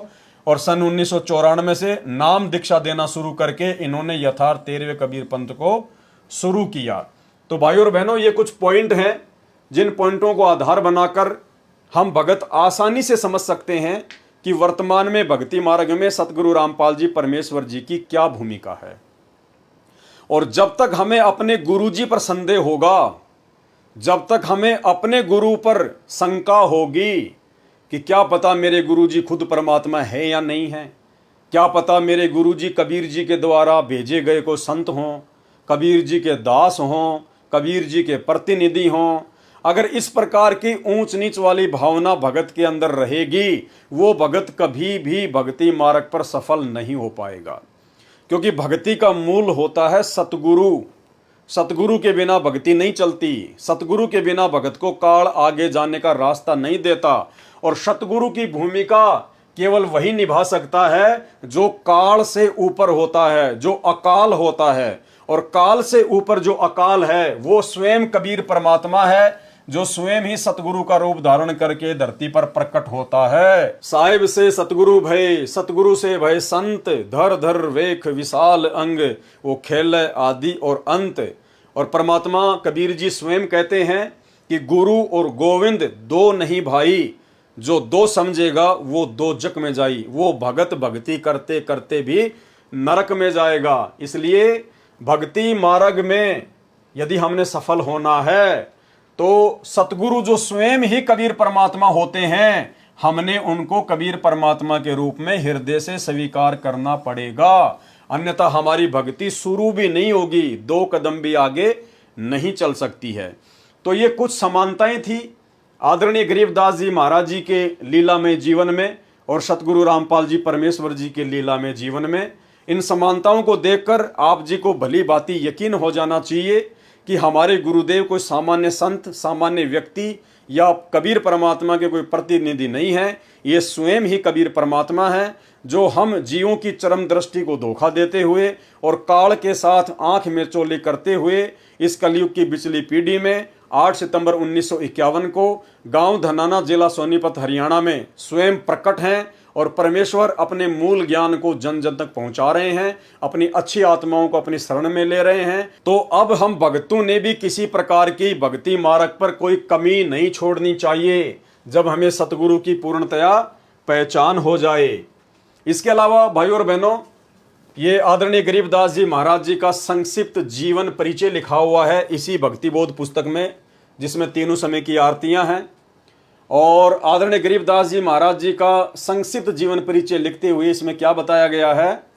महाराज गरीबदास जी का प्राकाट्य यानी कब वो प्रकट हुए, सन 1717 व विक्रमी संवत 1774 को बैसाख उतरते की पूर्णिमा के दिन ब्रह्म मुहूर्त में श्री बलराम जी के घर माता रानी की कोख से गांव छुडानी, जिला झज्जर, प्रांत हरियाणा में हुआ।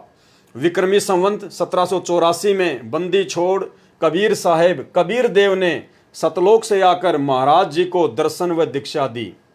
जब महाराज जी गऊ चराने के लिए कबलाना गांव की तरफ लगभग 1.5 किलोमीटर दूर खेतों में गए हुए थे, जिसे नल्ला कहते हैं, महाराज जी के 6 संतान थी, 4 लड़के और 2 लड़कियां। आप जी ने विक्रमी संवत 1835 सन 1778 भादवा मास की शुक्ल पक्ष की द्वितीया दूज को सतलोक गमन किया। गांव छुडानी में आप जी के शरीर का अंतिम संस्कार कर दिया गया। उस पर एक यादगार छतरी साहेब बनी हुई है। इसके बाद उसी शरीर में, उसी गरीबदास जी महाराज वाले शरीर में प्रकट होकर वही आयु 61 वर्ष की सहारनपुर उत्तर प्रदेश में 35 वर्ष तक रहे। वहां भी आपके नाम से यादगार छतरी साहेब बनाई हुई है।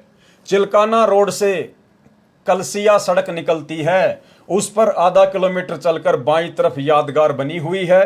पास में ही श्री लालदास जी महाराज का प्रसिद्ध बाड़ा है, जो संसार में प्रत्यक्ष प्रमाण है कि परमात्मा बिना मां के भी शरीर में आ सकते हैं। जिस प्रकार गरीबदास जी महाराज जी सहारनपुर में प्रकट हुए बिना मां के शरीर के, तो इसी प्रकार परमात्मा कुछ भी कर सकता है। साहिब से सब होत है, बंदे से कुछ नाई, वो राई से पर्वत कर दे, फिर पर्वत से राई। इसलिए अपने गुरुदेव भगवान, अपने कबीर परमात्मा की किसी भी लीला पर भगत को कोई संदेह नहीं होना चाहिए, और भगत ने अपने गुरु के अलावा किसी और को परमात्मा के रूप में स्वीकार नहीं करना चाहिए। अब ये तो आपने पढ़ा आदरणीय गरीबदास जी महाराज जी का संक्षिप्त जीवन परिचय, और अब आप जी को सतगुरु रामपाल जी परमेश्वर जी का संक्षिप्त जीवन परिचय पढ़ाएंगे, क्योंकि ये भक्ति बोध पुस्तक में नहीं लिखा हुआ था।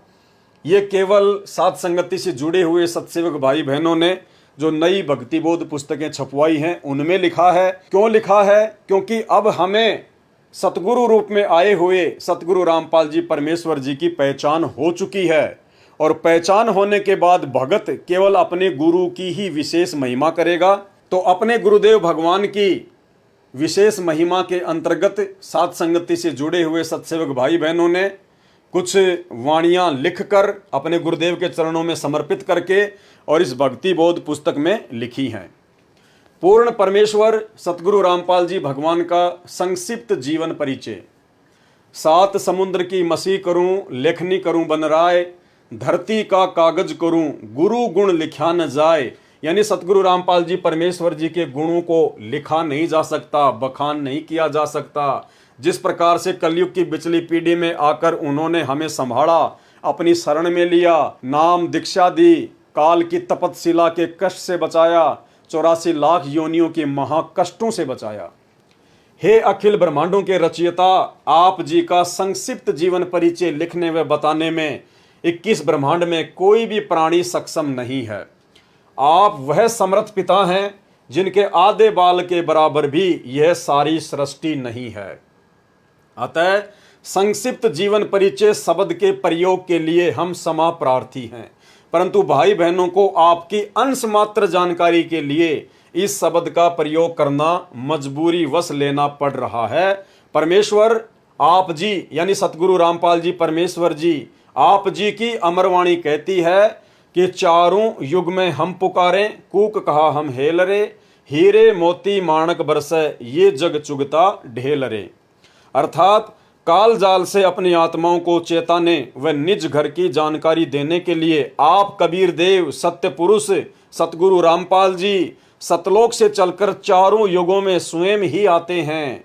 सतयुग में सत सुकृत ऋषि नाम से, त्रेता युग में मुनिंद्र ऋषि नाम से, द्वापर युग में करुणामय ऋषि नाम से, और कलयुग की प्रथम पीढ़ी में कबीर देव नाम से।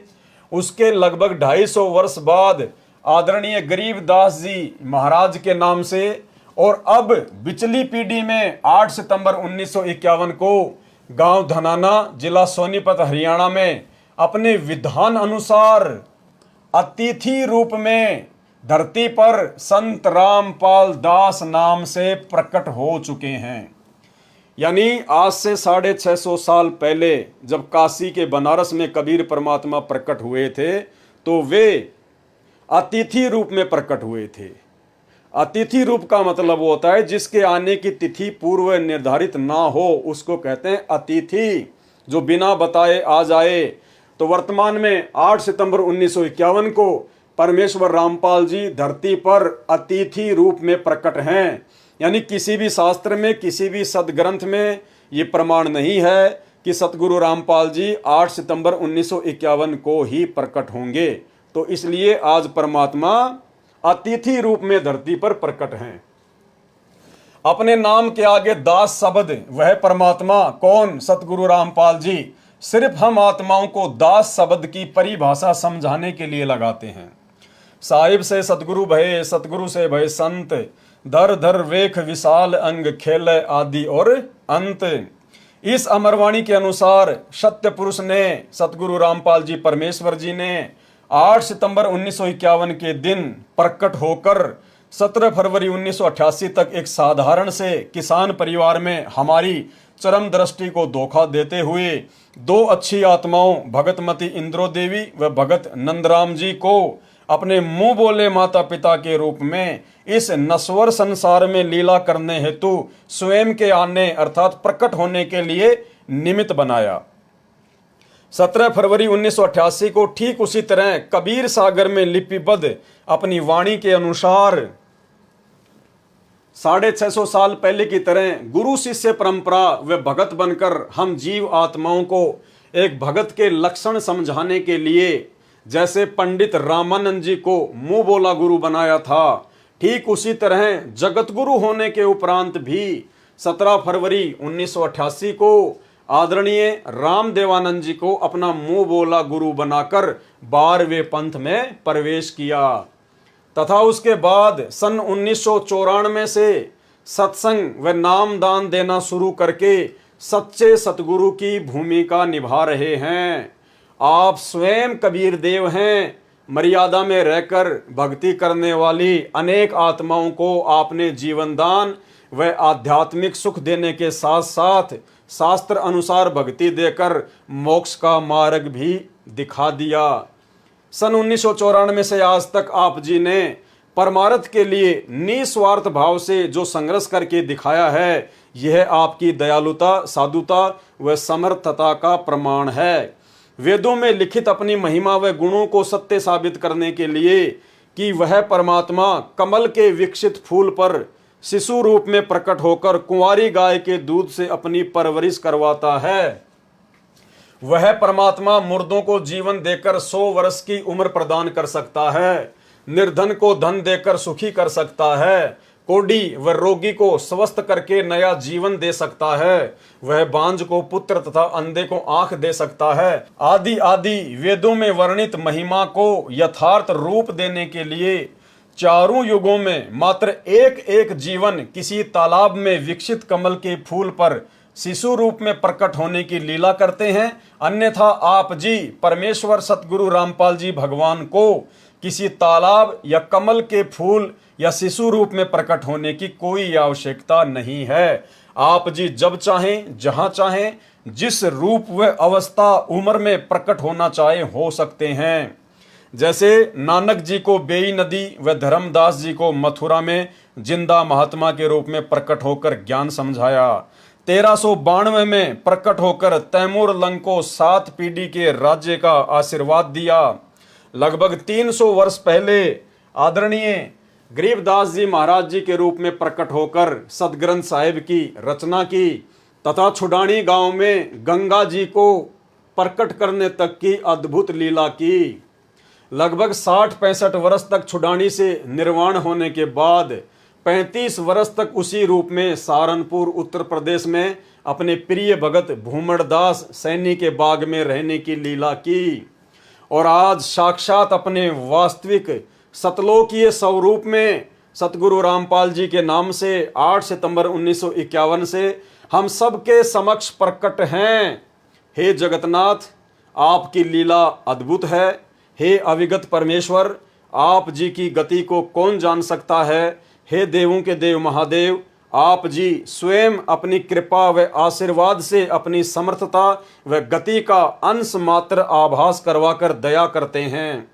हे दयालु परमेश्वर, अपनी भोली व नासमझ साध संगत पर अपनी प्रेम दृष्टि, आशीर्वाद व कृपा दृष्टि बनाए रखना। हमारी आप जी से दंडवत प्रार्थना है कि हमारे अंदर भक्ति, कसक व चाहत बनी रहे। हे प्रभु, इतनी दृढ़ता भी देना, चाहे ब्रह्मा विष्णु महेश काल व दुर्गा भी हमें आपकी सत भक्ति से विचलित करना चाहें तो भी हम डगमग ना हों। मन चाहता है इस तुच्छ जिव्या से ऐसे ही आपकी महिमा का बखान करते रहें, लेकिन आप अंतर्यामी की महिमा का बखान करने में हम जीव पूर्णतया सक्षम नहीं हैं। बंदी छोड़ सतगुरु रामपाल जी परमेश्वर जी। तो भाइयों और बहनों, कोई शंका हमारे अंदर नहीं रहनी चाहिए कि वर्तमान में सतगुरु रामपाल जी के रूप में साक्षात कबीर परमात्मा नहीं होंगे। स्वयं कबीर परमात्मा ही बैठे हैं। बस आप और हमारी चरम दृष्टि को धोखा देते हुए परमेश्वर इस काललोक में लीला कर रहे हैं, क्योंकि परमेश्वर अपने तत्व ज्ञान से आप और हमारे से हमारी आत्मा की आंखों को खोलकर अपनी पहचान करवाना चाहते हैं, और हम भक्तों ने जल्द से जल्द अपने प्रभु की पहचान कर लेनी चाहिए। इसके अलावा भाइयों और बहनों, सतगुरु रामपाल जी परमेश्वर जी की महिमा के अंतर्गत एक भगत है हरियाणा से, सुरेश दास, जो कि सतगुरु रामपाल जी परमेश्वर जी के चाचा का लड़का है। और उनका ये इंटरव्यू है जो ज्ञानगंगा पुस्तक के पेज नंबर 301 पर छपा हुआ है। इस इंटरव्यू को पढ़ने के बाद भी आपकी आंखें खुलेंगी कि सतगुरु रामपाल जी परमेश्वर आप और हमारी तरह कोई हार्ड मास के शरीर वाले सामान्य व्यक्ति या सामान्य संत महात्मा नहीं है। ये सौद स्वरूपी राम है। ये जब चाहें जहां चाहें अपने भगत के लिए प्रकट हो सकते हैं, और वही अद्भुत लीला परमेश्वर ने श्री सुरेश जी के बच्चे के साथ में की। तो चलिए हम परमेश्वर की महिमा पढ़ते हैं, इससे भी हमारी को दृढ़ता मिलेगी। ये ज्ञानगंगा पुस्तक का पेज नंबर 301 है। 11,000 वोल्टेज के तार से छुड़वाना, यानी 11,000 वोल्टेज की जो लाइन होती है बिजली की, यदि व्यक्ति उससे टच हो जाए तो व्यक्ति का जीना मुश्किल होता है, जीना मुश्किल। और यदि किसी प्रकार से वो जी भी गया तो पूरा जीवन खाट पर व्यतीत करता है, खाट पर। 11,000 वोल्टेज की लाइन तो 1 फुट से आदमी को खींच लेती है। मैं भगत सुरेश दास, पुत्र श्री चांदराम, निवासी गांव धनाना, जिला सोनीपत, जो कि फिलहाल शास्त्री नगर रोहतक हरियाणा का निवासी हूं। सतगुरु जी से नाम उपदेश लेने से पहले मेरे घर की आर्थिक स्थिति बहुत कमजोर थी। परिवार का कोई भी ऐसा सदस्य नहीं था जो कि कभी बीमार न रहता हो। मेरी पत्नी को भूत प्रेत बहुत ही ज्यादा परेशान करते थे।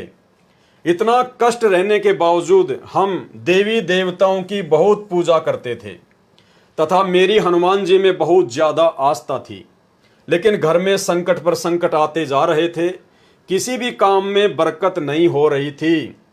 पूर्ण परमात्मा सतगुरु रामपाल जी महाराज जी मेरे परिवार के होने के कारण हम उनको पूर्ण परमात्मा नहीं मान पाए, क्योंकि भाइयों और बहनों, जाहिर सी बात है, हरियाणा में कहावत है कि घर का जोगी जोगना, बाहर का जोगी सिद्ध, और दीपक तले हमेशा अंधेरा ही रहता है। तो सुरेश जी कह रहे हैं कि सतगुरु रामपाल जी मेरे परिवार से होने के कारण हम उनको परमात्मा नहीं मान पा रहे थे, हम उनको एक संत भी नहीं मान पा रहे थे, जिसका खामियाजा हमें कई वर्षों तक झेलना पड़ा। तभी गांव सिंहपुरा निवासी भगत विकास ने मुझे बताया कि आपके घर में पूर्ण परमात्मा जगत गुरु रामपाल जी महाराज आए हुए हैं और आप कहां सोए पड़े हो। तो मैंने कहा कि काल ने हमें कष्ट ही इतना दे रखा है कि हमें वहां के बारे में जानने का टाइम ही नहीं मिला। सारा समय डॉक्टरों के चक्कर काटने में चला जाता है, ऊपर से आर्थिक तंगी भी बहुत रहती है। उस भगत ने मुझे काफी समझाया पूर्ण परमात्मा की ऐसी दया हुई कि मैं संत रामपाल जी महाराज से नाम उपदेश लेने के लिए अक्टूबर 2010 में सतलोक आश्रम बरवाला में पहुंचा। नाम उपदेश लेने के बाद सतगुरु रामपाल जी ने अपना दया का पिटारा खोल दिया और मुझे वो सुख अनुभव होने लगे जिनका वर्णन इस जुबान से कर पाना बहुत मुश्किल है। मेरी पत्नी को भूत प्रेत सता रहे थे। सतगुरु देव जी की दया से अब वह पूर्ण रूप से ठीक है। 7 सितंबर 2011 को, अब ध्यान से सुनना भगत भाई बहनों, क्योंकि इस घटना से अब ये प्रमाणित होगा कि सतगुरु रामपाल जी परमेश्वर सौद स्वरूपी हैं। वे जब चाहें जहां चाहें प्रकट हो सकते हैं। 7 सितंबर 2011 को मेरा लड़का मोहित, उम्र 12 साल, जो कि मेरे कहने पर मिस्त्री को बुलाने के लिए गया था, मेरा लड़का मिस्त्री के मकान की छत पर चढ़ गया तथा छज्जे पर चला गया। छज्जे के साथ ऊपर 11,000 वोल्टेज के बिजली के तार थे। लड़के तथा तारों के बीच में केवल 1 फुट की दूरी थी। जब वह उनके नजदीक गया तो तारों ने लड़के को खींच लिया और लड़के के सिर पर तार चिपक गया तथा 1 इंच गहरा घुस गया। वह मुंह जल गया और बिजली सारे शरीर में प्रवेश करके पैर के अंगूठे की हड्डी को तोड़कर निकलने लगी। उसी समय सतगुरु रामपाल जी महाराज आकाश मार्ग से आए तथा मेरे लड़के को बहुत ही चमकदार तेजोमय शरीर सहित दिखाई दिए, जैसे हजारों ट्यूबों का प्रकाश हो रहा हो। उन्होंने लड़के का हाथ पकड़कर बिजली से छुड़ाकर छज्जे पर लिटा दिया। फिर लड़के की सतगुरु जी से बहुत बातें हुई तथा जब सतगुरु जी जाने लगे तो लड़के ने पूछा कि गुरुजी कहाँ जा रहे हो? तो गुरुजी ने कहा कि बेटा मैं तेरे साथ हूं, तू घबरा मत। उस समय मेरे लड़के मोहित की माता जी भी वहीं पर थी। उसने यह दृश्य अपनी आंखों से देखा तथा वह बहुत घबरा गई, क्योंकि लड़के के शरीर से बिजली के लपटें निकल रही थी। यानी परमेश्वर सतगुरु रामपाल जी जो उस समय किसी आश्रम में बैठे हुए थे, तुरंत परमेश्वर अपने भगत की रक्षा करने के लिए पहुंच गए। पहुंचूंगा क्षण एक में जन अपने के काज, हिरणाकुश उधर उदारिया, नरसिंह ज्यों धर ल्यूं साज। तो ये परमेश्वर है, नूरी शरीर है, सौद स्वरूपी राम है, स्वयं ये बंदी छोड़ है और ऐसे ऐसे ना जाने कितने करतब, कितनी लीलाएं, कितने इस प्रकार के अद्भुत ये करिश्मे सतगुरु रामपाल जी परमेश्वर जी ने जब से उन्होंने अपना 13वां पंथ शुरू किया है सन 1994 से, ना जाने कितनी अद्भुत लीलाएं परमेश्वर ने अपने भक्तों के साथ में की हैं। उसके बाद हम लड़के को पीजीआई रोहतक हॉस्पिटल में लेकर गए। वहां पर भी लड़के को गुरुजी दिखाई दिए। वह मेरे लड़के ने कहा कि गुरुजी मेरे साथ है, आप घबराओ मत। यदि आज हम गुरुजी की शरण में नहीं होते तो हमारा लड़का आज जिंदा नहीं होता तथा मेरी पत्नी को भी प्रेत मार डालते। हम उजड़ने से बच गए। यह सतगुरु रामपाल जी महाराज जी की ही दया है। सर्व पाठकों से प्रार्थना है कि मेरी सत्य कथा को पढ़कर आप जी भी सतगुरु रामपाल जी महाराज जी के शरण में आकर अपना समय रहते कल्याण कराएं तथा प्रारब्ध में लिखे कर्मों के कारण जो घटनाएं घटनी होती हैं उनसे पूर्ण रूप से बचोगे। सतगुरु रामपाल जी महाराज के सत्संग वचनों में मैंने सुना था कि पूर्ण परमात्मा कबीर जी बंदी छोड़ हमारे सर्व पापों को नाश कर देते हैं। ऐसा ही प्रमाण ऋग्वेद मंडल 10 सूक्त 161 मंत्र 2 में तथा मंडल 9 सूक्त 80 मंत्र 2 में भी लिखा है कि यदि किसी रोगी की प्राण शक्ति क्षीण हो चुकी है, जिस प्रकार भगत सुरेश दास के बच्चे मोहित की जो प्राण शक्ति थी वो खत्म हो चुकी थी, उसके बाद मोहित का जीवन शेष नहीं था तथा उसकी आयु भी शेष न रही हो, तो उसके प्राणों की रक्षा करूं तथा उसे 100 वर्ष आयु प्रदान करके अर्थात उसकी आयु बढ़ाकर साधक को सर्व सुख प्रदान करता हूं। सजनों, सतगुरु रामपाल जी महाराज ने अपने अमृत वचनों में यह भी बताया है कि प्रत्येक प्राणी अपने किए कर्मों के अनुसार ही सुख व दुख प्राप्त करता है। दुख तो पाप कर्मों का फल है तथा सुख पुण्य कर्मों का फल है। अभी तक सर्व संत आचार्य गुरु यही कहते हैं कि जो प्रारब्ध कर्म का भोग है वह तो प्राणी को भोग कर ही समाप्त करना होगा। हे सभ्य पाठकों, सतगुरु रामपाल जी महाराज कहते हैं कि पाप कर्म से दुख होता है। यदि पाप कर्मों का नाश हो जाए तो दुख का स्वतः ही अंत हो जाता है। यदि भक्ति करते करते भी पाप कर्म का फल अर्थात दुख भोगना ही पड़े तो भक्ति की आवश्यकता ही समाप्त हो जाती है। 7 सितंबर 2011 को हमारे प्रारब्ध कर्म के पाप के कारण मेरे पुत्र मोहित की मृत्यु होनी थी। हमारे सतगुरु रामपाल जी महाराज जी की कृपा से परम पूज्य कबीर परमेश्वर जी ने हमारे पाप का नाश कर दिया तथा मेरे बच्चे की जीवन रक्षा करके आयु बढ़ा दी। यदि 7 सितंबर 2011 को प्रारब्ध कर्म के फल स्वरूप मेरा बेटा मर जाता तो हम सर्व परिवार के सदस्य भक्ति त्याग देते तथा नास्तिक हो जाते, क्योंकि हमें उस समय परमात्मा का पूर्ण ज्ञान नहीं था। अब भगवान पर अत्यधिक विश्वास हो गया है। यह भी विश्वास हो गया है कि परम पूज्य कबीर जी ही परमेश्वर हैं।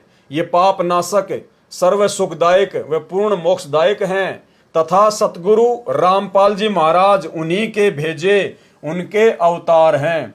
अब ठीक है भाई और बहनों, उस समय इस आत्मा को भगत सुरेश दास को सतगुरु रामपाल जी परमेश्वर जी की वास्तविक परमात्मा वाली स्थिति का ज्ञान नहीं था। इसलिए ये कह रहे हैं कि कबीर परमात्मा ने सतगुरु रामपाल जी को भेजा है, अर्थात इन्होंने संत रामपाल जी को कबीर जी का भेजा हुआ अवतार यहाँ पर जो है वो बताया है। लेकिन ऐसा नहीं है। आप जी को धीरे धीरे सब कुछ समझ में आ रहा होगा और आगे भी आ जाएगा कि परमेश्वर के अवतार की भूमिका कोई नहीं कर सकता। अवतार केवल काल भेजता है। 21 ब्रह्मांड का स्वामी ज्योति निरंजन अपने अंश अवतार उत्पन्न करता है। कबीर परमेश्वर को अंश अवतार उत्पन्न करने की आवश्यकता नहीं होती, क्योंकि वे समर्थ हैं और स्वयं ही धरती पर आकर अपनी आत्माओं को अपने मुख कमल से सच्चिदानंद घन ब्रह्म की वाणी के द्वारा यानी अपने मुख कमल से परमेश्वर वाणियां उच्चारित करके अपने तत्व ज्ञान का प्रचार प्रसार करते हैं। अतः आप जी से पुनः प्रार्थना है कि अविलंब सतलोक आश्रम बरवाला में पहुंचें तथा उपदेश लेकर कल्याण कराएं। आप जी से प्रार्थना करने का मेरा उद्देश्य यह है कि मेरे जैसे दुखिया बहुत हैं, मेरी उपरोक्त आत्म कथा को पढ़कर विचार करके वे भी मेरे की तरह संकटों का निवारण करा सकेंगे तथा ही हो सकेंगे। ये संसार समझदा नाही, कहंदा शाम दोपहरे नू, गरीब दास ये वक्त जात है, रोवोगे इस पहरे नू। अब भाई और बहनों, इस वीडियो में अभी तक आपके सामने जितनी भी बातें रखी गई हैं, जितने भी आपको उदाहरण दिए गए हैं, ये सभी उदाहरण देने का केवल मकसद यही है कि हम अपने पूज्य गुरुदेव को परमात्मा के रूप में स्वीकार कर लें। और जब तक हम अपने गुरु को ही कबीर साहिब के रूप में स्वीकार नहीं करेंगे, और गुरु को कबीर साहिब के रूप में स्वीकार करने का मतलब है कि जब आप अपने गुरु की पहचान कर लेते हो तो उसके बाद आपने ये दाढ़ी मूंछ वाली जो कबीर जी की काल्पनिक फोटो है, आपने इस फोटो को पूजना बंद करना होगा। आपने जून के महीने में इस फोटो का कबीर प्रकट दिवस मनाना छोड़ना होगा। आपने अपने घर पर दीवारों पर या दरबार साहिब में जहां पर आप दीपक जलाते हैं, आपने इस फोटो को रखना बंद करना होगा। आपने इस फोटो को या तो जल प्रवाह कर देना है या घी लगाकर अग्नि में सवा कर देना है, क्योंकि परमात्मा कहते हैं एक कै सादें सब सदें, सब सादे सब जाए, और माली सींचे मूल कूं फले फूले अघाए। माली यानी जो ज्ञानी भगत होगा, जो संत सुजान होगा, वो केवल मूल की पूजा करेगा, और भक्ति का मूल है सतगुरु रामपाल जी परमेश्वर जी। तो आप सभी भाई बहनों को ये बात अपने दिल में दृढ़ता के साथ में बैठा लेनी चाहिए कि वर्तमान में इस ज्योति निरंजन के 21 ब्रह्मांड में सतगुरु रामपाल जी के अलावा दूसरा कोई कबीर भगवान, दूसरा कोई कबीर परमात्मा कहीं भी नहीं है। और यदि कहीं होगा तो वो भी सतगुरु रामपाल जी परमेश्वर जी का ही रूप होगा, क्योंकि ये परमात्मा अनंत कलाओं के स्वामी हैं। ये चाहे जितने रूप बना सकते हैं। जब काल अपने 1000 रूप बना सकता एक ही समय में, अक्सर पुरुष एक ही समय में 10,000 रूप बना सकता है, तो सतगुरु रामपाल जी परमेश्वर जी तो अनंत कोटि कलाओं के स्वामी हैं। ये तो प्रत्येक आत्मा के साथ में अपने अरबों खरबों रूप बनाकर एक ही समय में खड़े हो सकते हैं। और ये सारी बातें इतनी दृढ़ता के साथ में आप सभी भाई बहनों को बताने का केवल यही मकसद है, क्योंकि अब हम जब आगे भक्ति बोध के खुलासे पर जाएंगे, जो सतगुरु रामपाल जी परमेश्वर जी ने अपने कर कमलों से यथार्थ भक्ति बोध नामक पुस्तक में हमें लिख कर दिया हुआ है, जिसके ऊपर अब हम वीडियो बनाने जा रहे हैं, वो भक्ति बोध और भक्ति बोध का सरलार्थ भाई और बहनों यदि हमने समझना है तो आपने अपने गुरु को परमात्मा मानना पड़ेगा, सतगुरु रामपाल जी को बंदी छोड़ मानना पड़ेगा। और यदि आप चाहते हैं कि भक्ति बोध के खुलासे के अंतर्गत वो सूक्ष्म ज्ञान मेरे दिमाग में समाए, मेरे अंतःकरण में समाए, जिससे कि मैं सतगुरु रामपाल जी भगवान का मैं प्रिय भगत बन सकूं, उनके हृदय में उनके चरणों में मेरे लिए कोई जगह बन पाए, तो उसके लिए भाई और बहनों आपने अपने गुरु को ही परमात्मा मानते हुए, क्योंकि गुरु ही परमात्मा है। कबीर मार्ग में काल की भक्ति में गुरु परमात्मा नहीं होता, काल तक की भक्ति में गुरु अलग होता है, परमात्मा अलग होता है। केवल कबीर परमेश्वर की भक्ति में, और कबीर परमेश्वर की भक्ति में भी केवल उनके यथार्थ 13वें कबीर पंथ में ही गुरु स्वयं ही परमात्मा होता है। अन्य नकली जो कबीर पंथ है उनमें गुरु अलग हैं और कबीर जी तो फिर अलग हैं ही उनके लिए। लेकिन इस यथार्थ सत भक्ति युक्त 13वें कबीर पंथ में, जिसका संचालन स्वयं कबीर परमात्मा सतगुरु रामपाल जी ने सन 1994 में धरती पर प्रकट होकर किया है, इस मार्ग में कबीर परमात्मा स्वयं ही सतगुरु की भूमिका करते हैं, स्वयं ही ये गुरु हैं, स्वयं ही ये परमात्मा हैं। साहिब से सतगुरु भय, सतगुरु से भय साध, ये तीनों अंग एक हैं, गति कुछ अगम अगाध। तुम साहिब तुम संत हो, तुम सतगुरु तुम हंस, और गरीब दास तेरे रूप बिना और न दूजा अंश। परमात्मा स्वयं ही लीला कर रहे हैं। और जब तक हमें इतनी दृढ़ता नहीं आएगी तो भाई और बहनों हम भक्ति नहीं कर पाएंगे, हम भक्ति मार्ग पर एक कदम भी आगे नहीं बढ़ पाएंगे, हमारी भक्ति चलेगी नहीं। जब तक हम अपने गुरु को परमात्मा नहीं मानेंगे हमारी भक्ति चलेगी ही नहीं, और ना ही हमारे को आगे भक्ति बोध का सरलार समझ में आएगा। तो अब कल रात्रि 9 बजे हम जो वीडियो बनाने जाएंगे वो भक्ति बोध के सरलार्थ से शुरू होगा। अभी तक तो आपने केवल आदरणीय गरीबदास जी महाराज जी की जीवन लीला पढ़ी, और उससे पहले सतगुरु रामपाल जी परमात्मा ने जो भक्ति और साधना के विषय में जो मोटी मोटी बातें हमें बताई है, जो भक्ति बोध के खुलासे से पहले आप और हमारे लिए जानना बहुत ही ज़रूरी था। तो अभी तक ये जो भी 2-3 वीडियो बने हैं ये तो भक्ति बोध के खुलासे से पहले आप और हमारे अंतःकरण में ये बात दृढ़ता के साथ में समा जाए कि हाँ, जो भक्ति हम वर्तमान में कर रहे हैं यही भक्ति है, इसके अलावा सृष्टि में दूसरी कोई मोक्ष की भक्ति नहीं। और जो सतगुरु हमें सतगुरु रामपाल जी के रूप में आज मिले हैं, जिनकी हम शरणागत हैं, इनके अलावा दूसरा कोई कबीर भगवान नहीं, कोई कबीर परमात्मा नहीं। और अब हमने अपने गुरु जी के प्रत्येक वचन पर ब्लाइंड फेथ कर लेना चाहिए, अंधविश्वास कर लेना चाहिए। दुनिया भोके तो भोके, दुनिया जो मर्जी बोले हमारे बारे में या हमारे पूज्य गुरुदेव भगवान के बारे में, क्योंकि दुनिया तो बावड़ी है। भगत को दुनिया पागल नजर आती है ज्ञान आधार से, और जगत को भगत पागल नजर आता है उस जगत वाले भाई बहनों की अज्ञानता के चलते। तो भाई और बहनों अब हमने आगे बढ़ना है, पीछे नहीं मुड़ना है, क्योंकि परमात्मा कहते हैं सिंह सूरमा और कोयल के बच्चे और संत ये हमेशा आगे को बढ़ते हैं, ये कभी बैक नहीं होते। सिंह सूरमा शेर हैं गरजे और गाजे, बाकी दुनिया तो भेड़ हैं बिदके और भाजे। तो ना हमने कोई लोक लाज में फंसना है, ना हमने अपने अंदर मान बढ़ाई राग द्वेष ईर्ष्या का रोग पैदा करना है। हम साधक हैं, हमें समझ में आ गया कि बड़ी मुश्किल से बिल्ली के भाग से ये छीका टूटा है, हमें कलयुग की पिछली पीढ़ी में परमात्मा की शरण प्राप्त हुई है, ये मोक्ष का प्राइम टाइम है। अगर इस समय हम दृढ़ रहकर भक्ति मार्ग पर लगे रहे, टिके रहे, अपने गुरुजी के प्रत्येक वचन पर आंख बंद करके विश्वास करते रहे, प्रत्येक मर्यादा का उनके वचन का दृढ़ता के साथ में पालन करते रहे, तो इसी जन्म में हमारा बेड़ा पार है। और यदि इस जन्म में हम अपनी किसी भी नासमझी, लोकलाज, शर्मा शर्मी, दबाव, प्रेशर या गलती के कारण रह गए, हमारा पैर भक्ति से फिसल गया, तो भाइयों और बहनों फिर परमात्मा कहते हैं सतगुरु विमुखा युग युग रोवे, फिर ना जाने कितने जन्म लेने पड़ेंगे, कहाँ कहाँ धक्का खाना पड़ेगा। आज हम सारी प्रोसीजर को पार करके इस समय में आए हुए हैं, और यदि पैर फिसल गया तो जो भक्ति आज हमने कर ली है, इस भक्ति का इतना जबरदस्त फल मिलेगा। हजारों युगों तक तो हम ब्रह्मलोक में रहेंगे, फिर स्वर्ग में रहेंगे, फिर ना जाने ब्रह्मा विष्णु महेश बनेंगे। परमात्मा कहते हैं ये काल फिर तुम्हारे को शिखर में टांग देगा, फिर धरती पर पटकेगा, राजा महाराजा बनाएगा, पूरी पृथ्वी का राजा बनाएगा।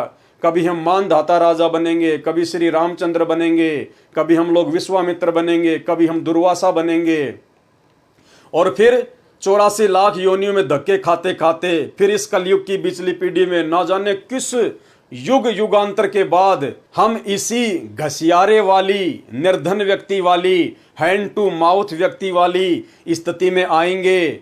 और ना जाने फिर उस कलयुग की बिचली पीढ़ी में वो परमात्मा हमें संभाले ना संभाले, मनुष्य जन्म दे ना दे, क्योंकि ये आप और हमारे हाथ की बात नहीं है कि हम इस परमात्मा को जब चाहे हम इसको पकड़ लेंगे। ये तो स्वयं परमात्मा की रजा होती है, उनकी विशेष मेहर होती है। वरना वर्तमान में हमें जो कलयुग की बिचली पीढ़ी में ये मनुष्य जन्म प्राप्त है, ये कोई योग या संयोग नहीं है, ये परमेश्वर जी के द्वारा जबरदस्ती जोड़ा गया महासंयोग है। अरे कलयुग की बिचली पीढ़ी, उसमें हमें मनुष्य जन्म और सतगुरु रामपाल जी का भी वर्तमान समय में आना, उसके बाद 8 अरब की जनसंख्या में से हमें अपनी शरण में लेना, शरण में लेके साध संगति से जोड़ना। आज भक्ति और भगवान के प्रति हमारे को इस कदर इतना ज्ञान होना, साध संगति से जुड़ के गुरु जी के प्रति इतना दृढ़ होना, इस फोटो को अपने घर से और दरबार से निकाल कर गुरु जी को अपने हृदय में बैठाना, घर को आश्रम बनाना, ज्ञान को आधार बनाना, ये कोई सामान्य बात नहीं है भाई और बहनों। अब यदि पैर फिसल गया तो भैया फिर ना जाने कब संभालेगा परमात्मा। कल्प युग बीत जाएंगे, कल्प युग, कष्टों पे कष्ट। फिर उम्मीद ना करना कि ये परमात्मा फिर से ऐसा मौका दे देगा। तो भाई और बहनों, भक्ति बोध के सरलार्थ के खुलासे के ऊपर आगे वीडियो बनाने से पहले ये बातें आप सभी भाई बहनों को जो परमेश्वर जी ने लिखी हुई हैं, और दास को जो परमात्मा ने थोड़ी बहुत सद्बुद्धि बख्शी हुई है, हम सभी भाई बहन जो आपस में मिलकर साध संगति कर सके, मैं भी दृढ़ हो सकूं परमात्मा के भक्ति मार्ग पर, और आप भाई बहनों को भी परमेश्वर के विषय में उन्हीं के आशीर्वाद से 2-4 बातें बताकर आपको भी गुरुदेव भगवान के चरणों के प्रति समर्पित कर सकूं।